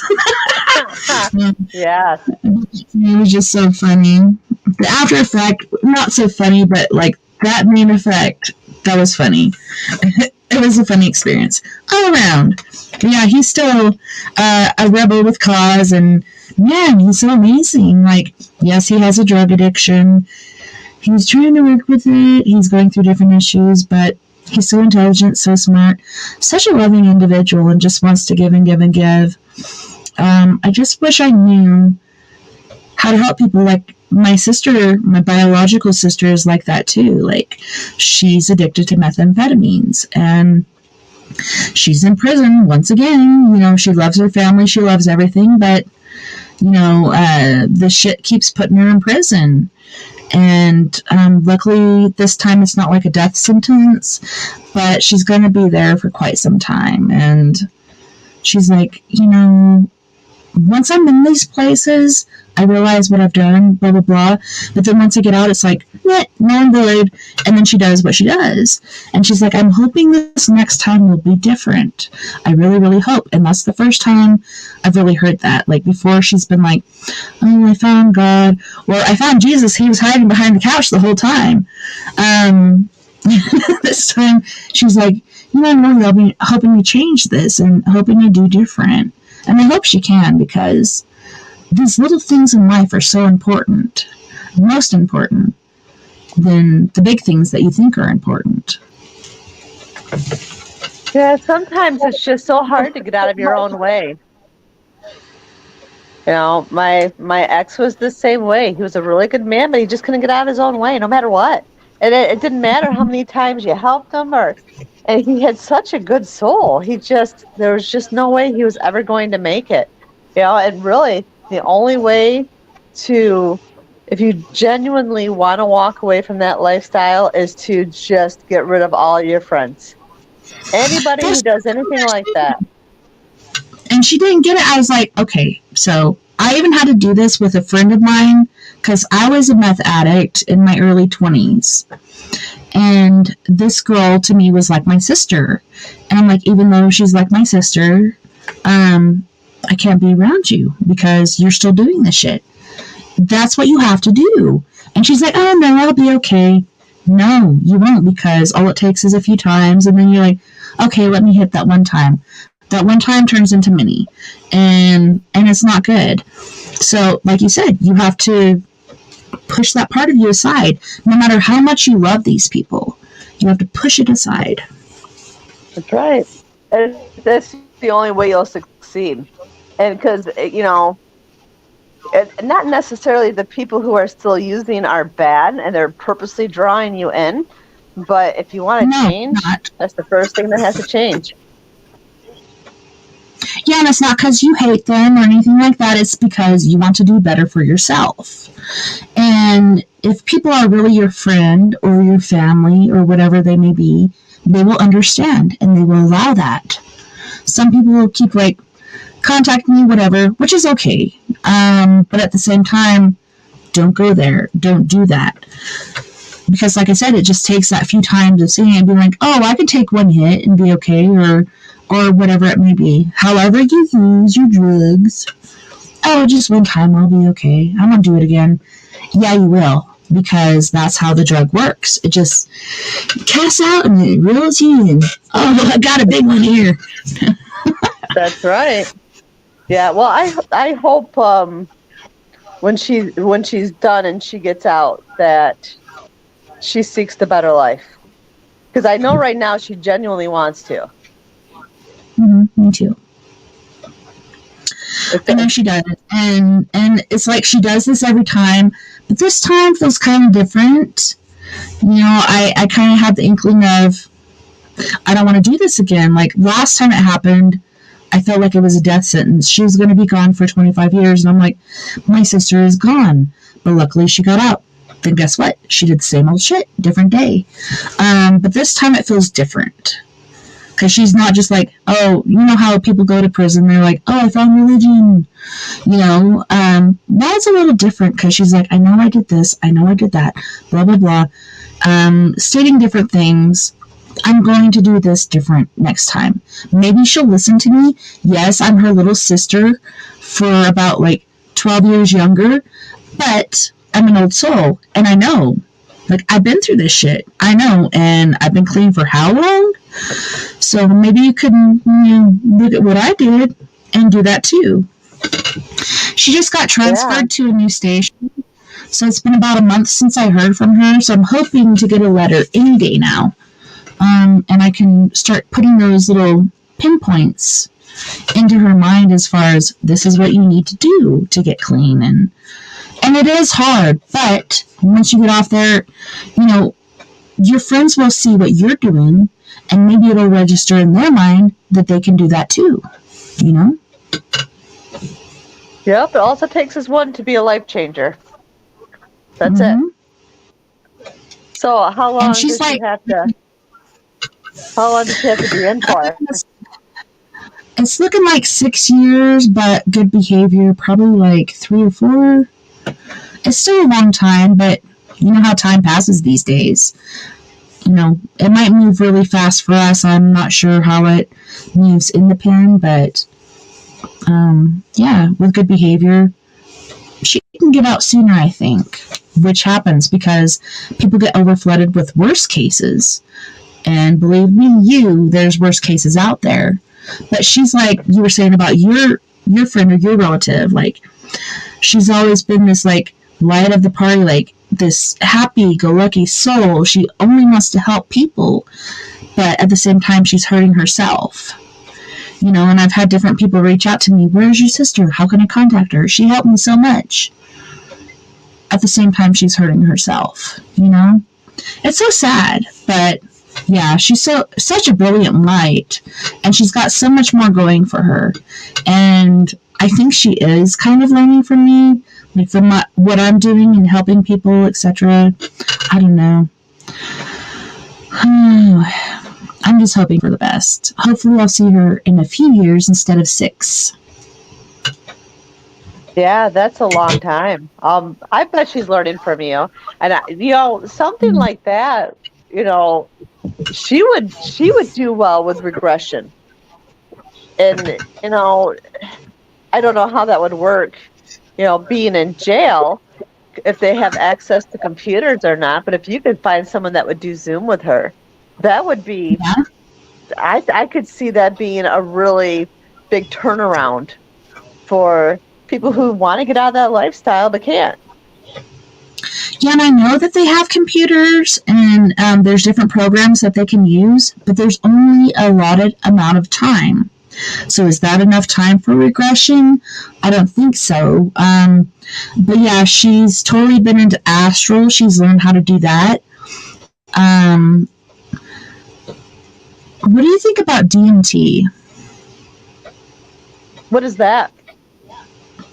That's the drug that is released in your body when you die. But it's crazy because she was using this stuff. Like, I did it once with her. I actually did it twice with her. The first time I did it, and she's like, oh, take another hit, because it didn't quite kick in. Then it finally did, and we're in my tree fort where I have pine cone lights, and it's like pine trees all around. You see the kitchen light in the distance. The pine cone lights turn into hearts, and then I look at her, and she does this with her hair, and she looks like an avatar princess. And I was like, oh my God, sister, you're so beautiful. Like, she is beautiful anyways. But I'm like, you look like a beautiful avatar princess. And then I look, and it looks like this little pathway going towards the window, which looks like a actual lit up doorway. And I don't know, I was just like, I hate being out of control of my body, which it only lasts for a little bit. But I'm like, okay, when's this going to end? But it was a very good spiritual experience. And then the second time we did it, we were listening to Miranda Lambert's Red Wagon. I don't know if you've heard that. No. But it's pretty funny. You should listen to it. It's like, you can't ride in my little red wagon because my front seat's broken and my axle's dragging. And like, I was laughing at first, then I started crying, and then I started laughing again. And I don't know, it's kind of like a spiritual cleansing process. And it's like the chemicals that you use when you're dying. That's why people go through the past life regression and kind of like the dream realm and whatnot. Like, it seems like a dream, but you're seeing all these different things, etc. when you die. I'm not saying people should use it. Like, I have a whole little thing here that she left me. This little dauble, I'm not going to touch because I don't want to do it by myself, and I don't want to do it. Like, if she was here, it would be different, but she's not. So, yeah, I'm just letting it sit there in its little bauble and just letting it be itself. But to me, it's pretty intense. Like, people get this when they're dying, and your body releases this chemical. You can also get this chemical out of plants. That's how I have this. I don't know. It's pretty intense. But she was just smoking it like every day, all day. I'm like, how the fuck is she doing that? Like, it really tripped me out because I did it twice and it really tripped me out. And she's just like puff, puff, puff, puff, puff, like smoking it all day, every day. I don't know if that was her new thing or something as far as her addiction goes. And as far as me when I was a tweaker, like I went from methamphetamines to alcohol and then, also weed as a substance. But yeah, I eventually got off of it. But some people use different crutches to get off of their whatever is plaguing them as a addiction. That's true. Well, how is she smoking it? Okay, so you're supposed to use a glass pipe like a methamphetamine pipe and like melt it and smoke it that way. That's the purest form. But the way she was doing it, it was like loading a bowl of weed and then putting the DMT on top of it and smoking it that way. And you take a big old puff and you hold it in for as long as you can and then you let it out. If you don't hold it in long enough, you can tell because you're not tripping. But you do it again and let it out. And then you're just like, wow. That's how I did it. But yeah, a glass pipe, like a methamphetamine pipe, which is like a little beaker with a little bowl on the end, is how you're supposed to actually do it because that's the purest form. Otherwise, it's kind of like messed up with the weed and stuff. But I don't know. I love weed. I think that's like Mother Nature's medicine. So, and I don't smoke a lot of it, but yeah. It's pretty intriguing to me, and it stinks. It stinks like the medical field. You know what I'm saying? Like the kind of rubbery, different medical field smell. To me, that's what it smells like. It doesn't like smell the pleasant. sanitary type smell. Yes, exactly. I'm like, ugh, I don't like that. Or is it like a balming fluid type smell? No, I think it's more of the sanitary field type smell, but could be embalming fluid smell because I don't really know what that smells like. But to me, it reminded me of the medical field, like that total cleanliness and all the chemicals and stuff that go along with that. Huh. But yeah, now I want to see what embalming fluid smells like and see if that was it, because it could be. Because I've been around, like, spiritually dead people, and they have different smells. That's true. Whether it's spiritual or whatnot, you smell different smells. It could be embalming fluid. Could be something else. I know the old lady that passed away in my house, you could always tell when she was around because she'd get, like, really smelly, like, perfume. It was awful. But you could always tell it was her because it was so old. Yeah, like the lilies or vanilla or mint or what? It was just like a really heavy, like floral perfume. Mm-hmm. It was awful. Yes. It's funny, when I was a teenager, there was one that was called Jontu or something like that. And it was very florally. And it also had like a big old bouquet of looking flowers on there. And I thought it smelled so pretty. But other people were like, that smells like a funeral home. You need to quit wearing that. Oh, gosh. Did you listen? Yeah.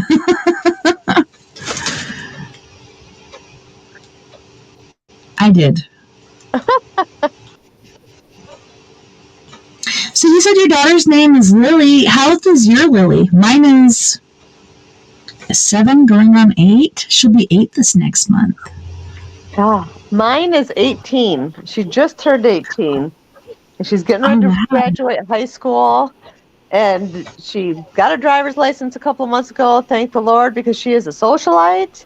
And she loves to talk to everybody and hang out and go to all the games and be the cheermaster. And I am so glad I don't have to drive her there anymore. Back and forth. I know, but yeah, she's getting ready to places. Yes. Yep. Yeah. And see, for me, I'm a homebody. So I like to stay at home unless I'm doing my events. I want to be at home. But she is not.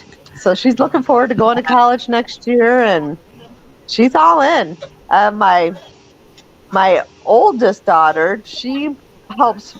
She manages Olive Gardens. My middle daughter cleans for hospitals, and then my youngest, he is 12, and he just is a pain in my ass and like makes me run him all over for sports.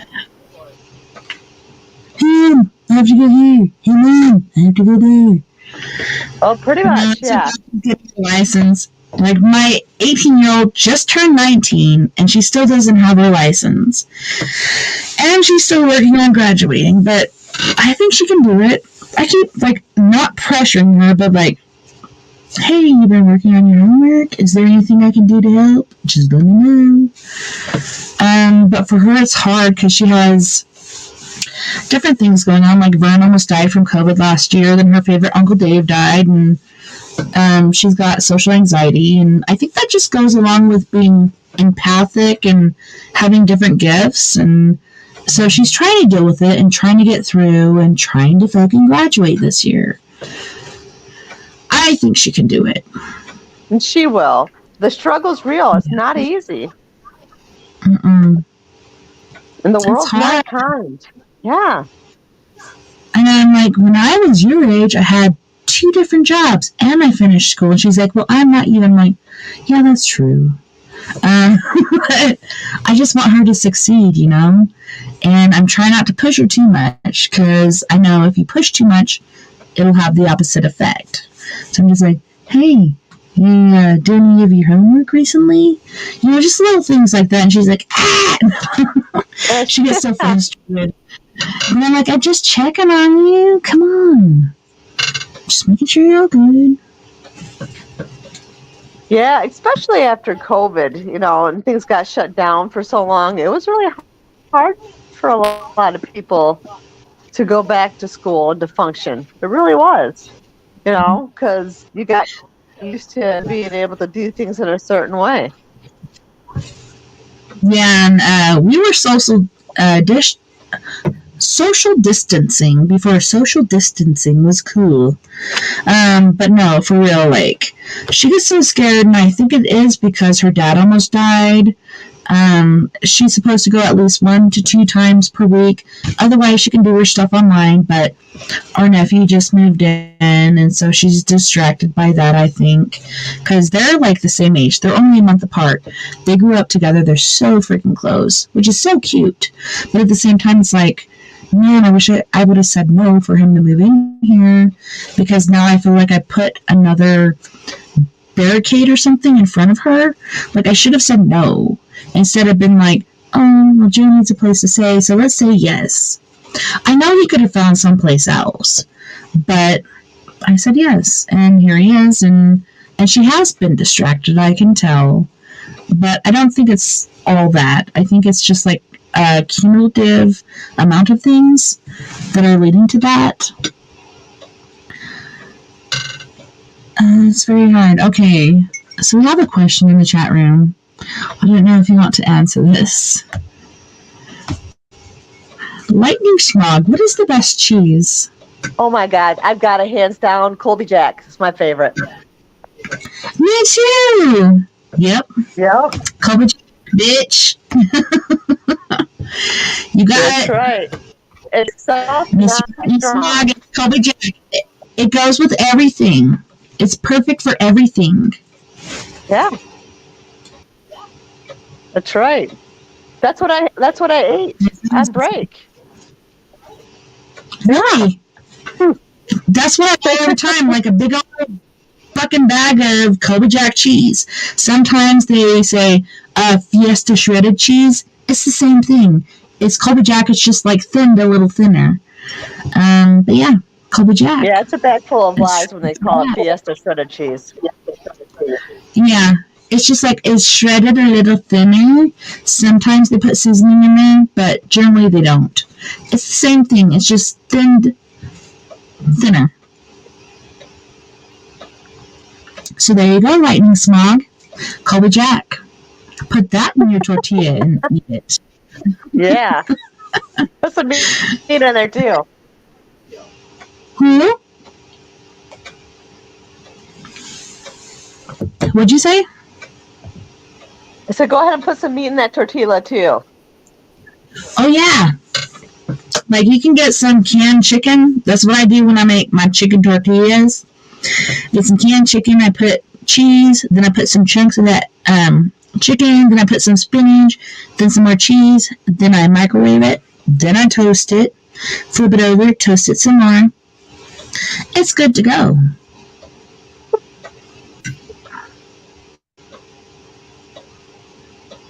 I can't believe we're almost to our second music break. So we have about 5 more minutes before we go there. Is there anything else you'd like to talk about before we go to our second music break? There's a lot of things to talk about. For you, when did you first get into spirituality? Oh my goodness. I want to say before I can even remember. So when I was a wee little baby, knee high to a grasshopper, we lived in this house in Boston, Arkansas. And this house has eventually been burnt down. And nobody knows how, but we lived there for a bit. And we used to play at the foot of this guy, and I remember this guy, he had white hair and a white beard, and he had coveralls on, and he'd be sitting in the rocking chair, and we'd be playing at his feet. This guy was not real. Like, this guy was a spirit. And then, as soon as we moved out of that house, like, the whole thing went crazy. It didn't want us to leave. It was like an earthquake happened, and all the stuff was falling out of the cabinets and stuff, and we left. And then my dad, shortly after that, had his first spiritual experience. He never believed in ghosts. I think that was the same house. He saw a man in coveralls climbing up the ladder into the attic. And he's like, what the fuck is that? I don't know. I think that guy's name was John, too. John or Joe, but I think John was his name. And then, right before my mom died, before that, I saw the lightning bolt, and all our power went out. We're sitting in the living room. We're talking back and forth. We're kind of like in a circle, but not quite. And I'm just looking around because I'm just like, I don't even care what these guys are talking about. And I see this ball of fire up on the power line, right in the T of the power line. I was like, hey, Mama, what's that? And she's like, what? I'm like, what's that, Mama? And she looks and she's like, oh, my God. And it comes and it flies towards our house. It goes like that on the concrete porch. And it came up through the floorboard. And my mom has her hand over my mouth like this. She's like, shh. Like, shut the fuck up. This thing comes up through the floorboards, moves over into the kitchen dining room, and my brother was getting the clothes out of the dryer just to make sure that things didn't wrinkle. And I think it was like the movement or the sound that it was attracted to, and it shot down the hallway towards him. He flattened out on the floor, and it was smack, like out the back wall, which our house was made out of brick. And then after that, I've always been an insomniac. I've never been able to sleep correctly. Even still today, I can't. And I'm just laying there, and I'm sharing a bed with my sister, and then my brothers were sharing a bed, or bunk beds, in the back room, and then my parents' bed were in between us. And we used to have one of those beer lights where you could see, like, the lights moving, and ours was like kind of like a forest scene, and there was a river flowing through it, so the lights were kind of moving. And I'm just sitting there staring into the hallway, like watching the lights bounce and stuff, and all of a sudden I hear it clack, clack, clack, clack, like clicking of heels or something. I'm like, Mama got all dressed up tonight. And I'm waiting, I'm like, Mom? And about the fourth time, I'm like, Mom? All of a sudden this woman appears, and she's got this very fitted, like, black dress, and it kind of pushes out on the bottom. And then she's got this long black veil in front of her face. And she's not walking at the pace that I'm hearing. She's walking slower. And then she stops directly in front of my room, and she just turns and looks at me. and then she turns and looks back down the hallway. And she keeps walking, and then I hear my parents' doorway open, and then I hear it close, and then I don't hear anything at all. So at first I thought it was my mom, and then I see this chick, like, this far off the freaking ground. And I thought forever, like, this was a bad spirit or entity, but I think she was a guardian, because later on I heard my mom kept seeing, like, robed, hooded people around her bed, and different things like that. And as a young child, she also saw the devil by her bed, and I also experienced the same thing in her room. Once my dad abandoned me, I stayed in her room, and I saw the devil too. And I knew who it was. Like, nobody had to tell me who the fuck that was. I didn't even hear it before, but I knew who it was. And the dream I had right before that was pretty epic. But, yeah. So I think she was our guardian. She was there to help us. She might have been like a relative of ours or something, but I think she was there to help. I used to think she was there to hurt, but now I think she was there to help, from different stories I've heard. So sometimes experiences, the experience you have, they bring up the fear, so that's automatically what you associate it with until you get more information.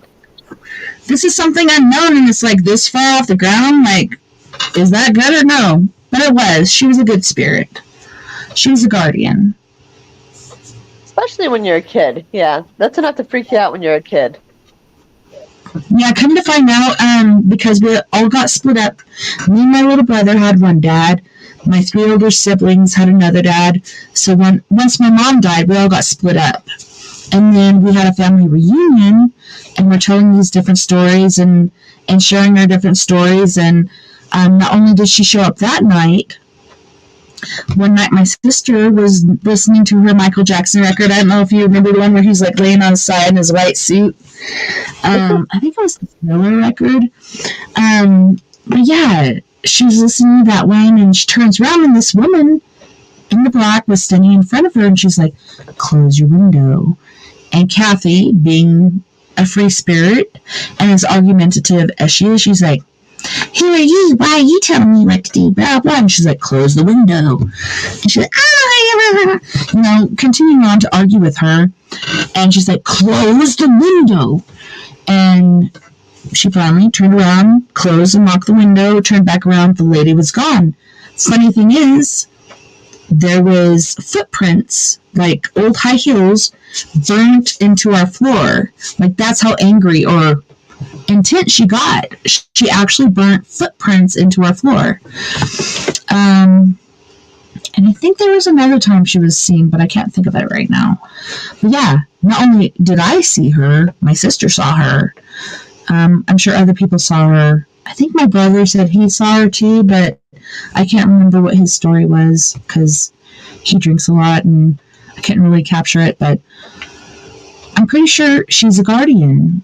I used to think she brought this on, but she was actually trying to protect us. That happened.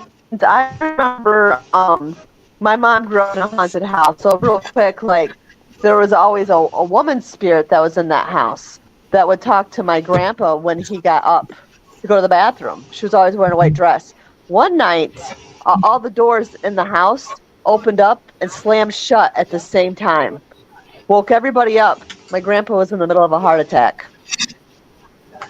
Oh my goodness. So it's trying to make them aware that something's happening? Yeah. She saved his life. That's amazing. Well, on that note, sister, we do have to go to our second music break. On this break, we have the lovely and talented Miss McKaylin Hay with Gravity, Mirror, Pins and Needles, and Close. And then we have Fred Johnson III from Canyon County, California with After Dark. You guys don't go anywhere. We'll be right back after this music break. So we have about the same time on this break as before. Okay, sounds good. ceasing.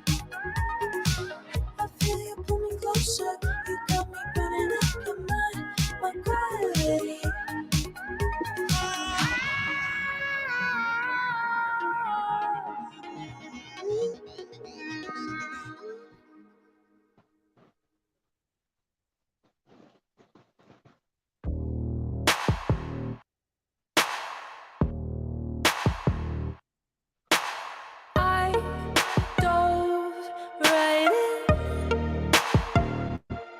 Didn't bring a parachute, fell right through, hit the water hard.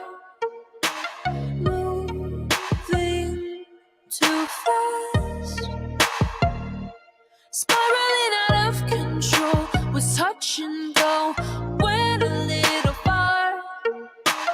You taught me how to turn a blind eye.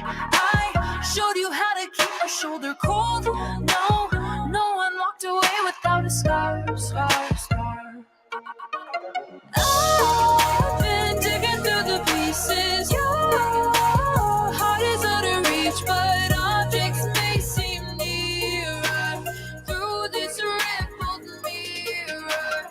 I've been digging through the pieces. Your heart is out of reach, but objects may seem nearer through this rippled mirror.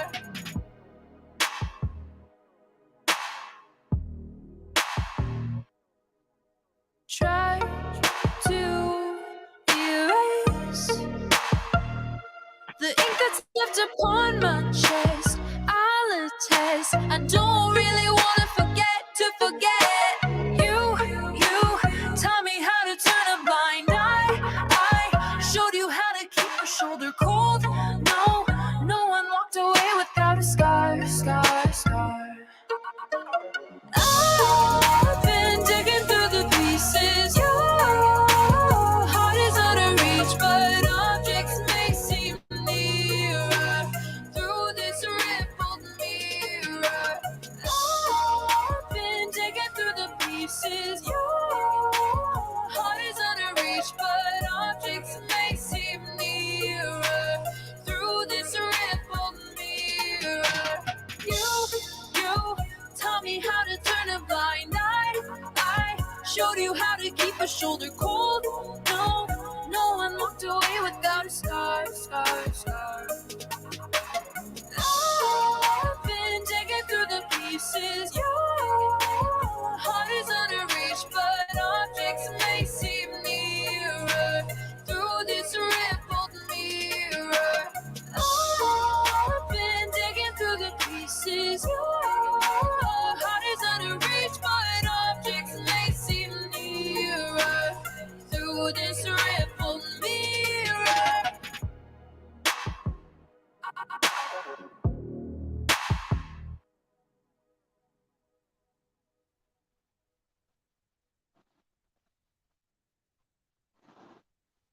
Talking on pins and needles, every word through a microscope. You keep stomping down on the ground while I've been stuck on this tightrope. I just wanna say what I wanna say without your sentence. I'm not willing to do the time when I'm innocent, and I'm innocent. Talking on pins and needles. Talking on pins and needles. I'm gonna hang it up, hang it up, hang it up. And I'm done, and I'm done, done. I'm gonna hang it up, hang it up, hang it up. And I'm done, and I'm done. I'm gonna hang it up, hang it up, hang it up. And I'm done. I'm gonna hang it up, hang it up, hang it up. And I'm done. Walked on my share of thin ice with your blowtorch at my feet. You won't ever see me beg, so take this tongue off your leash. I'm gonna say what I wanna say, don't need permission. Interpret it how you want, it's my decision. Talking on pins and needles. Talking on pins and needles. I'm gonna hang it up, hang it up, hang it up. And I'm done. I'm gonna hang it up, hang it up, hang it up. And I'm done. I'm gonna hang it up, hang it up, hang it up. And I'm done. I'm gonna hang it up, hang it up, hang it up. And I'm done. Dancing on shattered glass, kicking the pieces all around.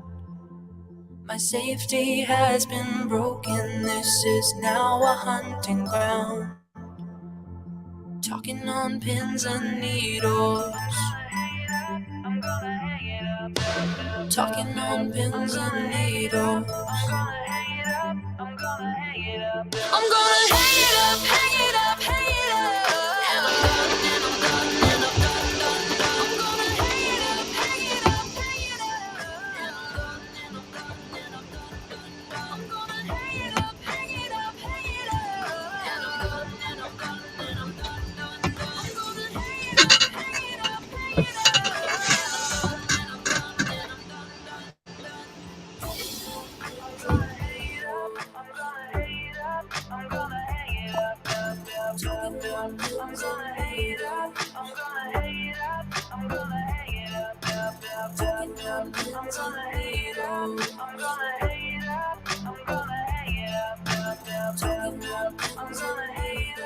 it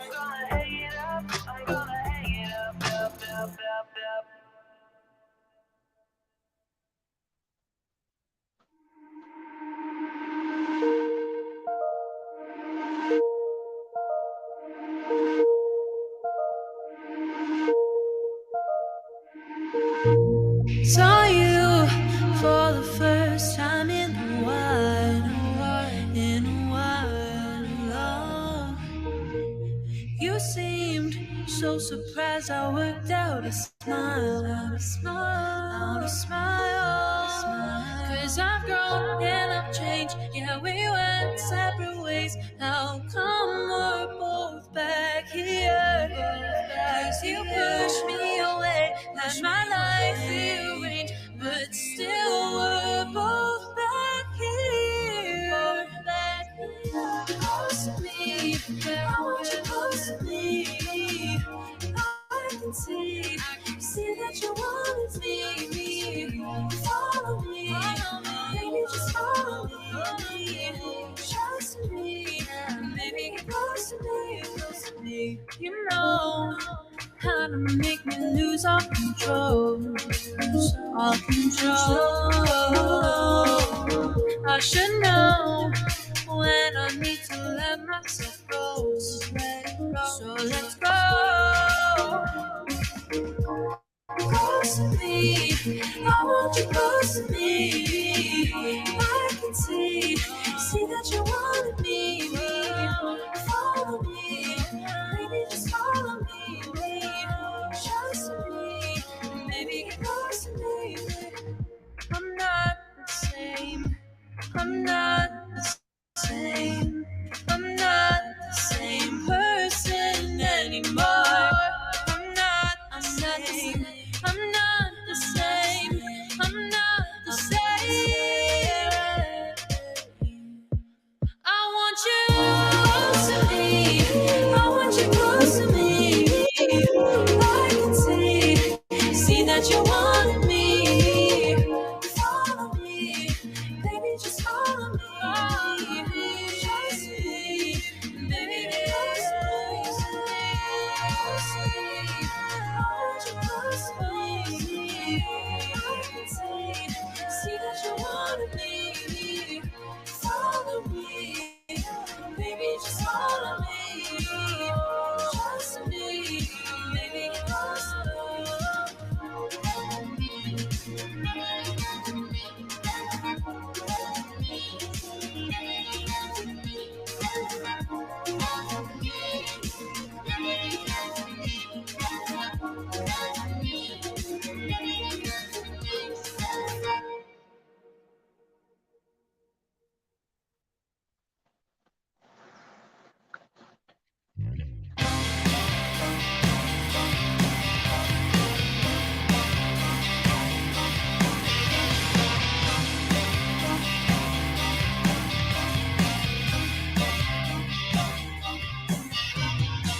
My driver pulls up in my limousine, ready to take me anywhere I want to be. I said, I want to go. Take me to a college scene. I'd like to go and dance, have drinks, and hunt the perfect date. Yeah.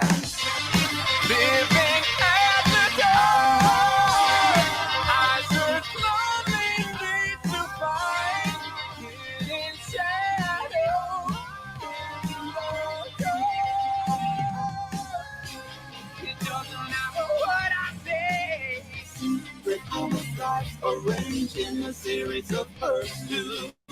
No matter what I say, after dark, I gave her face because she had the range. I knew she was the one that never could go home again. Plastic lights by limo seats. I don't know why I can't control this urge to hurt again. Yeah. Living at the door, I search lonely streets to find hidden shadow in the dark. It doesn't matter what I say. Chasing and stuff, I got forever after. No matter what I say, after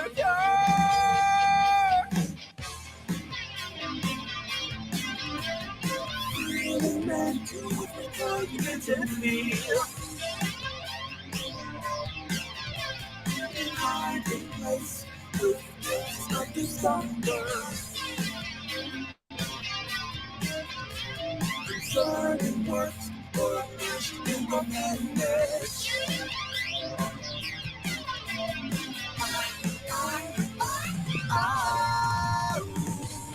It doesn't matter what I say. It really doesn't. No matter what I say. After dark. It doesn't matter what I say. Secret homicides arranged in a series of perfume. No matter what I say. It's in the sky, forever after. It doesn't matter what I say. Food and fatal, black in the heat of conscience. No matter what I say. After dark.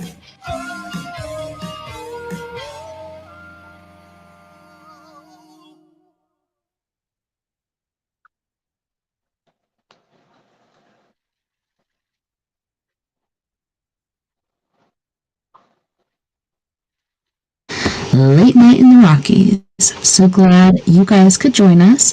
Here we are with Miss Mama Mary Bassett. I'm so happy to have you.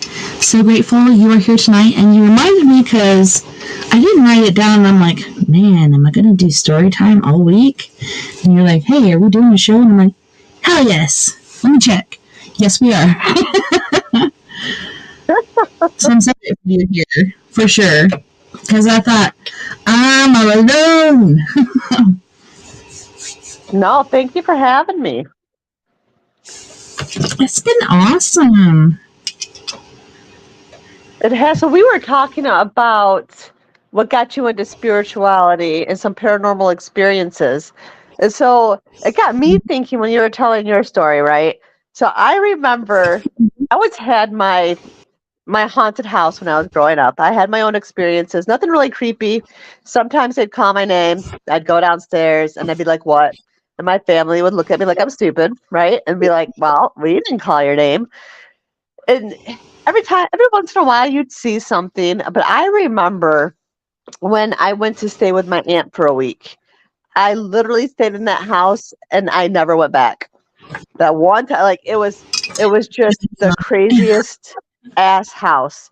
And I remember the first night, because I'm very scared of the dark, and I still am. I have to have a nightlight on. And so I remember. I'm like, I need to see what's going on. Yeah. You have to know what's going on around you, right?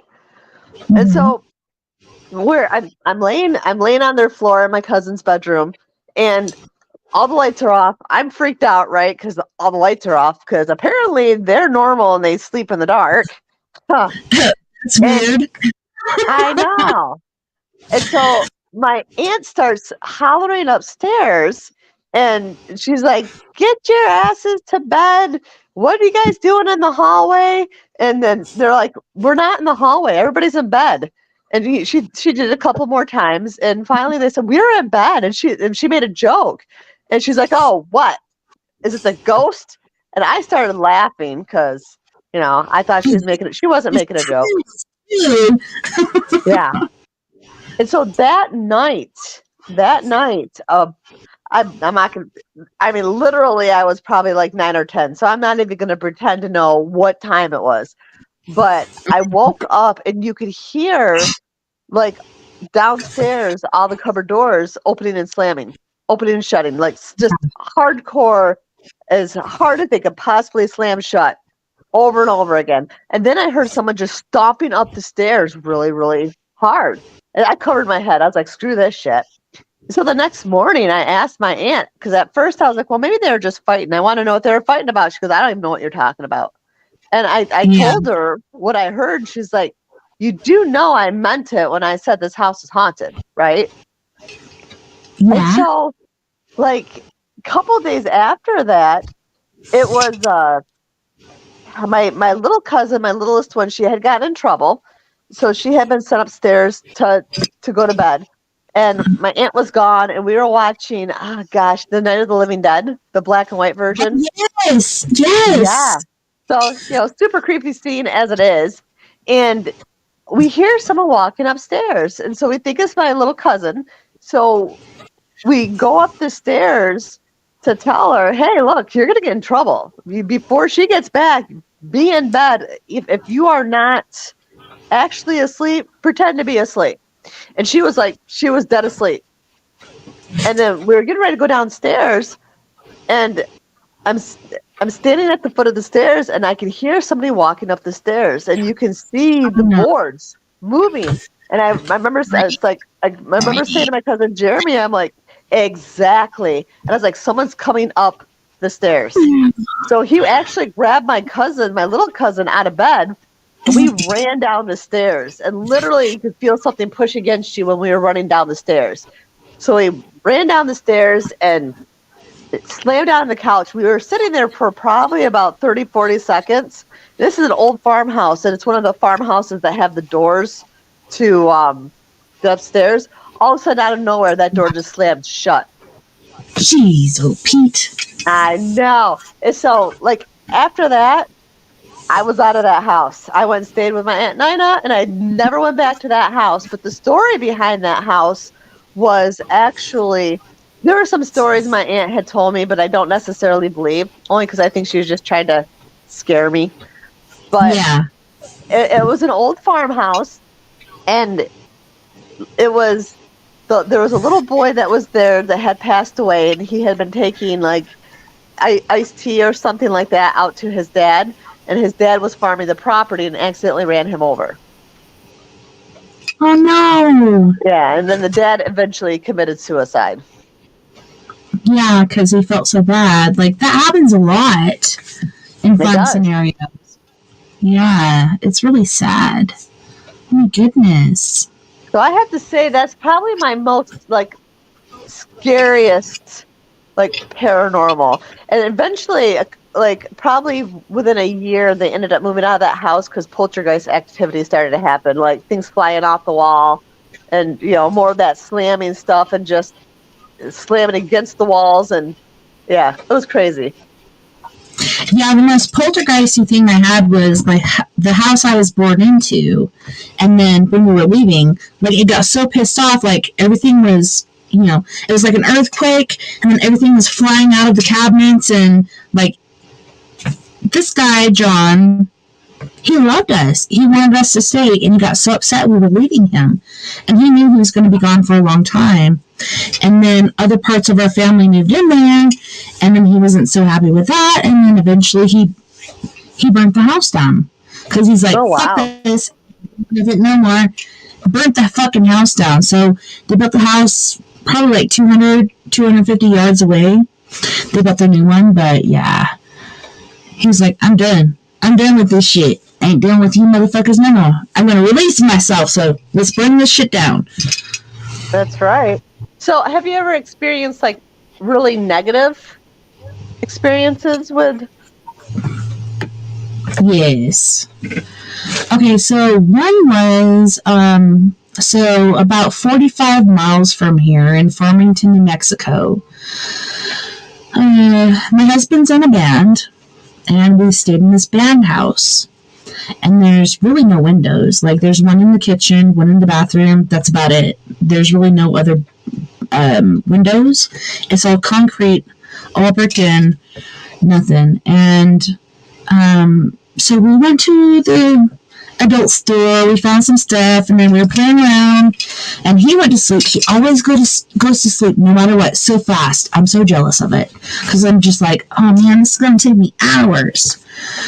But I'm trying to go to sleep, and I'm just staring at the bottom of the door because there's light coming in from there, and I see these feet walk past.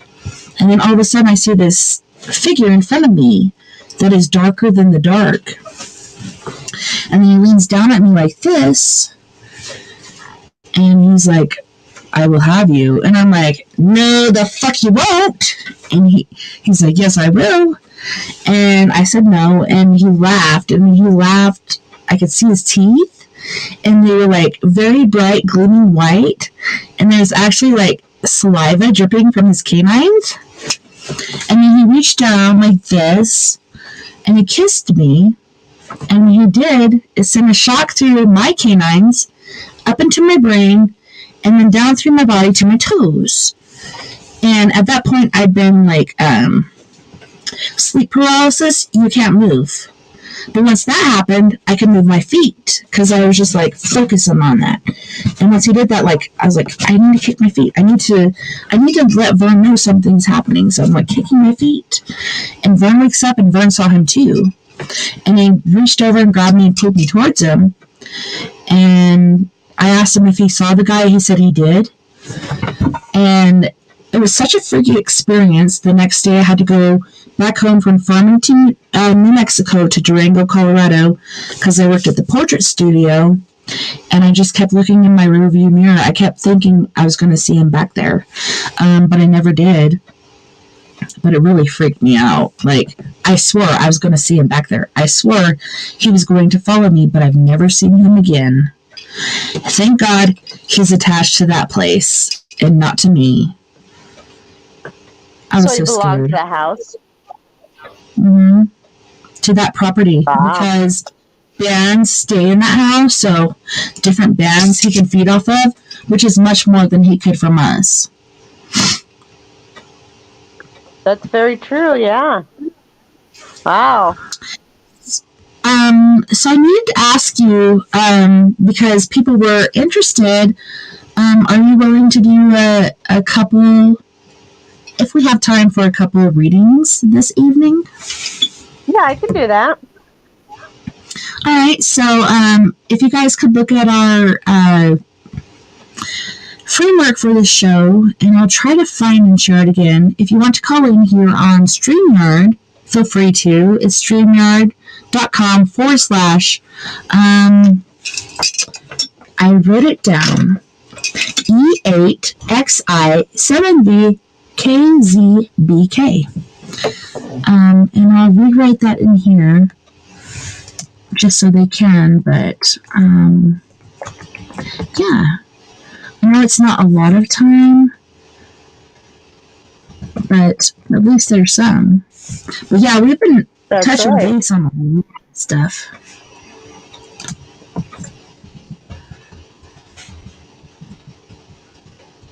So yeah, go ahead and talk while I'm tapping this stuffing, if you want to. Well, yeah, I remember one of my, I don't know if it's not necessarily a weird paranormal experience, but I remember after my ex passed away, I remember sitting outside and seeing a little boy sitting in my bathroom window. I'm like, why is JJ sitting in my bathroom window? And I realized it wasn't my younger son. And so a couple days passed, and my husband and I, we were going out to eat, and I had come back in the house real quick, and I saw this black shadow scooch around my couch. Thought it was weird. Yeah. And I'm like, okay. I said, what are you doing here? What's your purpose? So a couple of days later, after that, my son's walking through the living room, and he's dragging his blanket, and he doesn't know I'm there. And he's like, don't worry about my blanket. I'm not going to get it dirty. And I was like, JJ, who are you talking to? And he's like, oh, I'm not talking to anybody. I finally realized that it was my ex. He hadn't crossed over yet. And he was still hanging out. It took me 3 months to get him to cross from my house.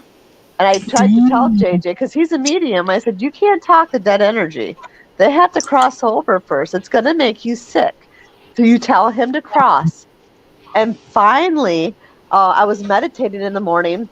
And it was the weirdest thing, because like the DVR, all the stuff that's off at night, all of a sudden like turned on and started running. And I heard a bump in the back room. And I heard my ex's voice, and I said, there you are. And he's like, well, I don't want to leave because my family's here. And I said, you can't come back until you cross over. You have to do it right. And then I heard another male spirit say, gotcha. Because there's a male spirit that's in the house. We just have an agreement. He keeps quiet, and we keep quiet, and all's well. But yeah, I think that was like one of the oddest ones for me. Yeah, not so vicious as that one. In my very own house, like when we moved in, I knew we had a residential ghost. His name is John.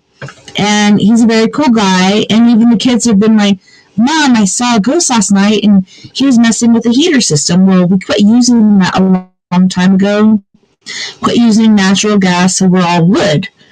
But he's trying to fix the system because he's like, what the fuck is wrong? So he's trying to fix it, and they described him, and I'm like, that's John. John's a really cool guy. He died from emphysema. He died here, I think in my very own bedroom. But I think the fact that not only am I gifted, but my kids are, we're kind of like a beacon, and different things come in randomly.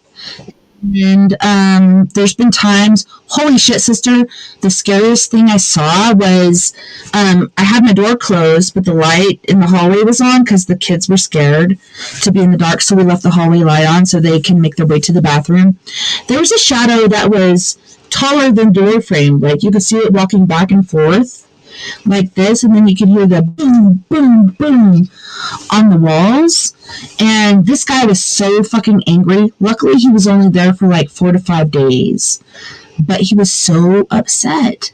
And it's like, I don't know what to do to help him. I don't know where he's coming from. Hopefully he found somebody that could help him, but I didn't know what to do for him. Sometimes it's like that. Sometimes it's just acknowledgement. Mm-hmm. Yeah, I can hear you. What's wrong? What can I do to help? Oh, well, at least you heard me, so I'll move along. Maybe that's what happened? I don't know. It really freaked me out. It could be. I was working out a couple of weeks ago, and all of a sudden there was a tall guy behind me. And I don't know who the hell he is. Mm-hmm. I turned to my husband, I said, okay. I said, do you have a family member who passed away really tall? And he's like, I don't know. I'm like, I'm trying to ignore him. I'm like, mid-40s, died of cancer. He's like, yeah, that's my cousin Ronnie. I'm like, okay. I said, well, he's here. I don't know why he's here. But then he went away. Like, right then, as soon as he was acknowledged. It was just, right? Sometimes it's just they want acknowledgement. Like, oh, yeah, you can still see me. Seriously, to me, that's the number one thing. Like, they've been unnoticed for so long, or people are just like, just ignore it, because that is what the general stasis of the religious field is. Just ignore it. It'll go away. Could you imagine if you're a spirit and you have something you need to share, something you need to get out, and everybody just ignored you? Seriously. Wouldn't it be easier if you just listened to what they needed, spread their message, and you could be gone? That's why Spirit gets so angry. They're there to help us. They're not really gone. They're just a different form of energy. Yeah, it kind of reminds me of the homeless thing. Like, these people are people. I acknowledge them. Hello, how are you doing today? You know, I talk to them as if they're people. Other people ignore them. And they talk to other people around them like they're spirits, except for they're still alive. Like, to me, this is posthumous. This is ridiculous. Why the fuck is this happening? This is happening to them in real life. But then imagine the spirits that they're trying to go to this beacon of light. They're trying to talk to you because you have a gift and you're just ignoring it. Just like these people at Denny's at Camino del Rio 666. I'm like, that's a perfect fucking address for that shit. 666 Camino del Rio. You're the fucking devil. That's right. There's your sign. Right? I'm like, I don't even want to go there anymore. Except for I'm making money. But at the same time, like, next time that happens, I'm really going to call them out. And maybe I'll go in off the clock and be like, what is wrong with you? Like, you had this thing come through 2 times. You have 2 times the aura that you needed. And there's this really nice homeless guy outside. Could you not feed it to him? No, we're just going to pretend like he doesn't exist. And I can see, like, if you do acknowledge their existence and you do talk to them and you do feed them, they'll keep coming back. But hey, maybe start a program for that. I don't know. That's do true. Something for the betterment of man, because to me, this ain't working. I was just so happy at, like, just me walking by and saying, hey, how are you doing today? And talking to this guy, I could see his spirit lift. And he felt like, oh, I'm a fucking human being again. Yeah. People just ignore them. They don't acknowledge them because they're like, oh, well, don't say anything. They won't ask for nothing. They generally don't. But that's how people treat them. It's so sad. It is sad. Yeah. They could be doing something better with their time. Mm-hmm. I agree. Okay, so I did share the link, but if anybody has not seen it, it's streamyard.com/E8XI7VKZBK. I'll try to reshare it again, because I might have done a C instead of an E, because it kind of looks the same. But I'm so surprised we haven't had anybody call in yet tonight, because I knew my friend, she was super excited about coming in tonight on this. And I have to tell you one thing, too. Talking about doing for others and getting fucked generally, and then things coming back to you. Guess what just happened to us, sister? Huh. Our landlord just gave us the house. Really? He gave us, yeah, instead of having to pay $50,000+, we went over, we signed deeds. He was talking about it for at least a couple months. We tried different times to go, and this last time I was like, is John just fucking with us again, or are we really going to do it? But we went and we actually signed the paperwork, and the house is officially ours. Oh, so we are congratulations. officially. Thank you. And Brian's like, why? Like, why would you do this? And he's like, you guys have done so much good works for people, and you guys have gotten fucked over so many times. It's about time something good came your way. And I'm like, are you fucking serious? Like, I could not quit crying. I was just like, I was like sobbing so bad. I was like, I can't believe this. I can't believe this. We're That's so wonderful. blessed. I know. That doesn't generally happen, right? That's right. That's right. Good things do happen to good people. Indeed. And it's like when it does happen, I know it's so unbelievable. And not only could I not quit crying, like I felt like I was in like a swirly, like, oh, I felt like off kilter and dizzy and like, holy shit, like unbelievable. I could not stand my ground. I felt so dizzy, so altercated. I was just amazed. Like, this does not really happen to anybody. But it happened to us, so I'm super grateful that this did happen. But I am sharing the link right now. StreamYard.com/E8XI7VKZBK. If you want to call in, it's on StreamYard. Yeah, that was such a blessing. And I couldn't think of enough. I'm like, what? I want to bring him like those chocolate peanut butter oatmeal cookies, because those are my favorite. But he's had at least like 5 heart attacks, and I'm like, is that bad for the heart? I don't know. It's good because it's so good. It's probably like a 50-50 type of thing. He's like, it's so good, I forgive you. That's right. So I was thinking back when we were talking about, remember before the last break, I was talking about the house my mom grew up in, right? Mm-hmm. So I thought of another story. There was a lot of different stories that came with that house. And it was mainly just a woman that haunted the house. But there was one night, my other family, their house had burned down, and my Aunt Kathy was watching the kids during that house fire. And so her and her husband, after she was traumatized, she went to stay at my grandma's house. They got, my aunt and her husband got in a huge fight. And I think, if I remember the story, he slapped her in the face. Oh, And shit. during the night, he woke up with that female ghost choking him. And when he got out of bed, he had finger marks on his neck. Yeah, well, maybe he got possessed by a certain spirit that made him do that, because from what I'm hearing, he wouldn't generally do that. And that No, happened, yeah. so maybe that other spirit tried to slap that other spirit out of him. Yeah. This all sounds fictitious, but things that are stranger than fact do happen. Like, I don't know, that could have happened. Well, sometimes when you think something's strange, it can always get stranger. That's the way it works. Yeah. And see, this, Indeed.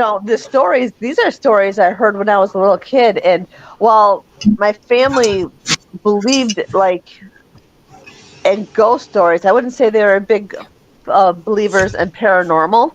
They just told the stories. Right. So these weren't like, these big elaborate stories. They were just basic stories. Now, I remember when I was still with my ex, we had moved into a house, an old Victorian house, loved it. It was one of my favorites. And I remember my 18-year-old, who was 3 at the time, she was helping me unpack stuff. And she was taking stuff up the stairs for me. And finally she came back downstairs and she's like, Mom, she says, I don't want to go upstairs again. I said, well, why not? She goes, I don't want to see that big black man again. I just don't want to see him. I'm like, Yeah. oh. And, this was actually, I was a little bit of a believer, but I wasn't really into it yet. This was like my late 20s. And I think it was that same day or the day after I was taking pictures, like when we actually took normal pictures and printed them out, right? And I got pictures of her with orbs around her. Oh my gosh. As we progressed in that, I never had really negative experiences. My husband, he wasn't right. He used a lot. And he would say, he goes, I see a black being on the porch. And he keeps on walking back and forth and back and forth and back and forth. And all I picked up was an old man there. I think there was a dark being there too. I picked up on the elderly man. And I shit you not, one night when it got really bad with my ex, he was screaming and yelling at me. And he walked into the room and he turned on the light and the light flew up in his face. Dude! Yep. I have a story to share about that, but I'll let you finish first. Well, the old man liked me because I remember when we were going on a vacation once, and I was saying, I was telling him, don't let me forget the battery charger that's in the garage before we leave. And so we're leaving, and the garage door was already open. And I was getting ready to get in the car, and the garage door light came on. I'm like, oh, yes, the battery charger. So I went and grabbed the battery charger, got in the car. As soon as I got in the car and shut the door, the light went off. That's all I got on that. Those are my ghost stories in my houses. Well, that does happen. Shit, I'm trying to remember where I was going. Holy crap. I don't know, I can't remember. There's so many different things that happen here. I can't remember this from that. You had someone like with a dark entity or anything like that? Yeah, like I was saying, like there was like the one where, so we have different things come in. We originally had John. John is the original entity that stayed here. And then after that, we have different things come to and fro. Most are peaceful, happy beings, and we try to help them as we may. But this one was so pissed off, like he was punching the hallway, punching the walls of the hallway, and he was walking back and forth in front of my doorway, because we used to close our door. Now we keep it open because we need the heat to come through. But yeah, he used to walk back and forth, punching the hallways and stuff. And I'm like, do you see that? Asking my husband, because I need to know I'm not fucking crazy. And he's like, yeah, I see it too. But yeah, it's pretty interesting, the different things that come through. And he saw it too. And that thing eventually went away because, like, generally we try to help spirits, but this one, I don't know, we really didn't want to get involved because he was so angry and we have kids. And that's why I don't do paranormal investigation around my house. Like, my daughter begs me all the time, can we do the ghost box? Can we do this? Can we do that? I'm like, no, we can't. And she's like, oh, why not? Because I don't want to, like, open that portal or open that doorway. I don't want to make it worse. Really. That's right. Don't open that shit up.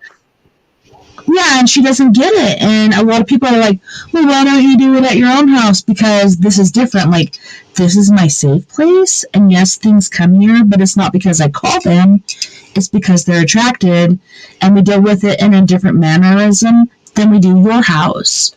And it is. It's like two different leagues. And people don't get it. But that's how you have to actually work with it. It's really difficult and profound, but yes, there are different ways to deal with it. Different ways they're attracted. They're attracted to their all right, so they're like, most of them are good. Some are bad. Those that are bad, we're just like, please just go the fuck away.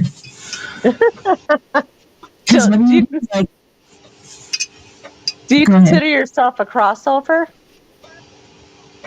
A what? A crossover? Somebody who crosses spirit over? Sometimes, yeah. Yeah, and I wonder, like, because I know Lily, she's only, I think 7, almost 8. She'll be 8 here in April. But she's so much older. Like, she's an old spirit. And then Nova, she's an old spirit too. Floyd, he's so innocent and sweet, but I just don't want to... I don't want to do it. Like, there's a reason I don't do these things at my house. And people are like, oh, well, you know, you're a scapegoat or you're this, you're that. Like, you do it here, but you don't do it at your own place. There's a reason for that. This is supposed to be our safe haven. But spirits still come here because they sense our energy and our light, and they keep coming.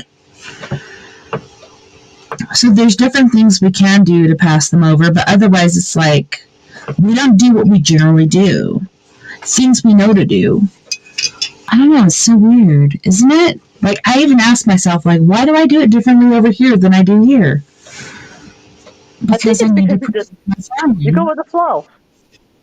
Sometimes it requires something difficult, and sometimes it's just saying you need to cross over to the light.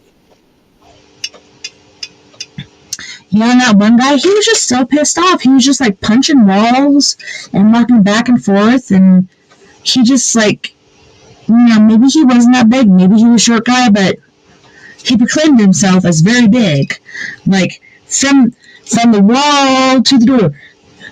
You know, from window to the wall. Basically, he was huge. And I was just like, what the fuck? I'm like, Vern, do you see that? And he's like, yeah. I'm like, what do we do? Just ignore it. I'm like, seriously? I don't know. What else could I have done? Been like, hey, hello, how can I help you? Perhaps I should have done that. But did he go away? It did. So, yeah, probably ignoring it. You don't want to invite it in if you don't have to. It almost sounds like your house has a portal in it. I think we not only have one, we have a couple. So Truzadell was saying, hey, Mama Mary, at what age did you know you were gifted? With abilities, I mean. Well, when I was younger, I had experiences, but I really didn't recognize it as gifted with abilities. I just thought I was weird. Like, when I was 3, I would chase around butterflies that were there that nobody else could see. Talk to spirit. Right. I had a spirit guide, Indian Joe, that went with me everywhere. Probably right when I went to my first psychic fair and got my first deck and started reading with that, I started realizing that there was something to this, that I could give really accurate readings to people. I even got kicked out of a car once. Like, coming home from Florida, he wanted me to give him a reading. And he didn't like what I said, so he kicked me out of his car. It's a good thing my best... Yeah. What the hell? It's a good thing my best friend was following behind us, and she let me in her car because I would have never gotten home. She's like, I got you, babe. Yes, at least someone did. You didn't like what I had to say, so I guess it is what it is. That's so hardcore because that does happen. That's so sad. And it's like, I'm sorry. Like, I'm not making this shit up, but this is what they're telling me. And people do get upset. It's like, what do you do?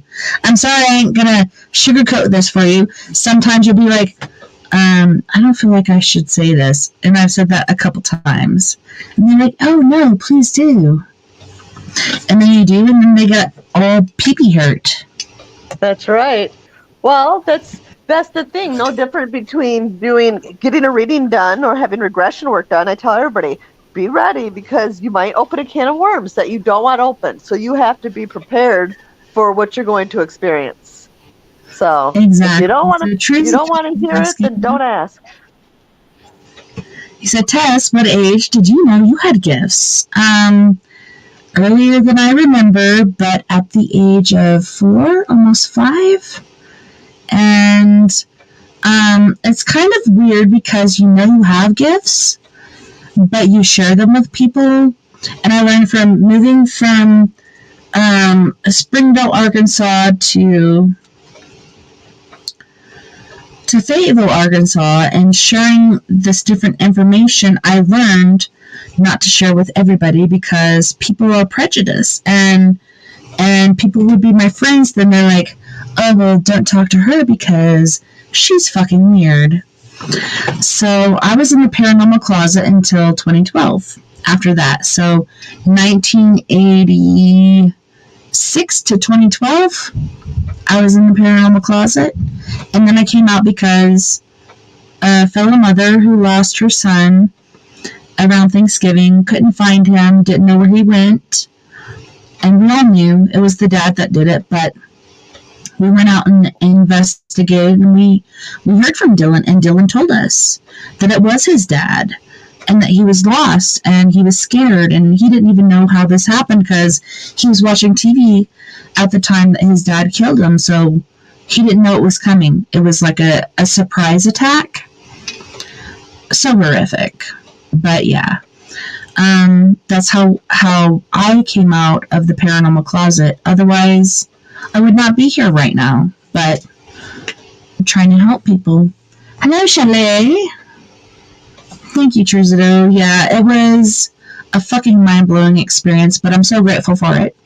And then COVID ruined everything, but we're trying to get back on track. How do you feel about that, Mama Mary? Do you feel like COVID kind of messed things up and now you're coming back from that, or? Yeah, it definitely did. I think it slowed everybody down on purpose and it set things behind. But I see like the reamping of everything. So it's almost like everybody's slowed down, but they're coming back threefold now to make up for the lost time. But yeah, COVID was a bitch. It really was. Seriously, it messed everything up. We're still trying to recoup from it. That's all you can do sometimes. Okay, so we are about at the end of our time. So could you let our listeners and watchers know? And if you want, try to come back on camera because sound has been perfect. So go ahead and come back on camera if you want to. I meant to say that earlier, but I got distracted. But let everyone know where they can find you, where to contact you, etc. Well, they can find me if I can get the camera to work. It's not pulling up for me.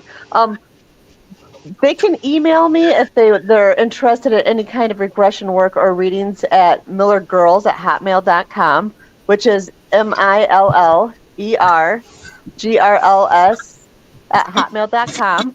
And they can find me, Mary Bassett, on Facebook. And they can find my show, Voices of Contact, on the Voices of Contact page. See, that's how I was saying it before was Bassett, but I was like, maybe it's Bassett, like Louisiana. It don't even really matter. Half the people, when I talk to them on the phone, they call me Mary Beth. When I say it's Mary Bassett, they call me Mary Beth, and I'm like, oh, whatever. I don't care. It don't really matter. Yeah, it's so awesome having you on tonight, though, for real. Is there any last words you'd like to give our listeners and watchers? Just to live in love and light. Don't be afraid to ask for help, to reach out, to share your light with other people, because I think Everybody's always in awe of psychic mediums, but everybody literally has that gift. We were literally created to have this gift. We're nothing special than anybody else, other than the fact we tapped into it quicker or we developed it. Everybody has this ability. Don't be afraid to share your light. It's so true. Like, don't give a fuck what everybody else thinks. Right. Just do you. And it's amazing because, like, I've heard different people say, oh, well, when I went to my class reunion, everybody's like, you were so cool. When, in fact, in the origin of things, you were treated like an outcast. But everybody really looked up to you. They just couldn't say it because they didn't want to get downgraded by the popular people. But a lot of people, I don't know if for you, but for me, they're like, man, you were always so nice to everyone, and you were so cool and so sweet, and I always wish I could be like you. I'm like, I wish you would have fucking said that from the get-go. That would have been easier. Exactly, yeah. It's insane. But thank you so much again, Mary, for being on the show tonight. Yeah, thank you for having me. I hope we can do this again soon. I know we didn't do any psychic readings, and I know there was different people looking forward to that. But definitely, if you want to come back this next coming month, I'm sure we'll have a sheep load of people wanting to come in. Sounds good. All right. I love you, sister, and thank you so much again from the bottom of my heart for being here. It was so awesome to have you. You're welcome. Thank you for having me. You have a great night. You too. And I want to thank all of our friends on We Are Paradox Media's Facebook, Keeping Our Radio, Twitter, Spreaker, iHeartRadio, and wherever else beyond the Omniverse you may be listening tonight. I had a wonderful time, and I can't wait to do it again. Tomorrow night we have story time with me, TessaTNT, so I know you guys are all excited about that. We're going to be reading from the book Death, and all the crazy things that come along with that. It's a pretty insane, intense book. It talks about all kinds of crazy shenanigans. But seriously, I just want you guys to know, don't forget, we're all in this together. Together, we can make the world a little better, and together, my friends, we are Paradox Media, because without you, there is no us. If you'd like to join us on the Skype after party, give me a little output on live:/TessaTNT.Thomas30, or give me a little jingle jangle at 970-335-9596. Until next time, nighty night, loving night. Have a wonderful rest of your week. Take care of yourselves, take care of each other, but most of all, take care of my yous.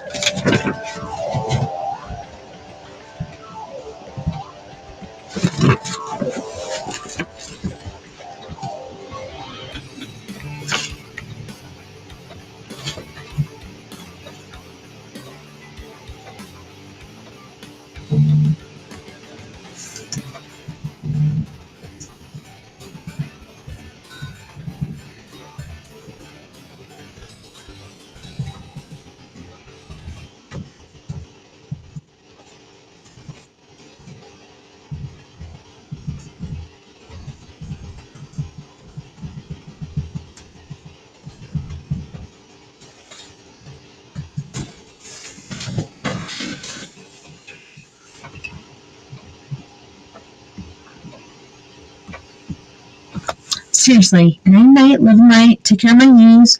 Okay, Truzido, I have your email. Hopefully, I can add you through there. So, like I said, send me a contact request, but I already have you on email because you tried to help me. But let's try to do it that way. So, give me a couple minutes. I have to go drain myself, and then I'll be back pronto.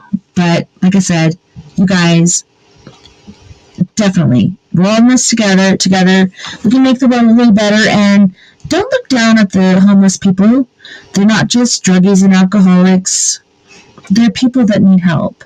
We need to help each other. But yes, Truzido, I will email you shortly after I go pee-pee in the Lolo, and I will see you back here tomorrow night for story time with me, TessaTNT. You guys, seriously, take care of my ears. Bye, man. Bye.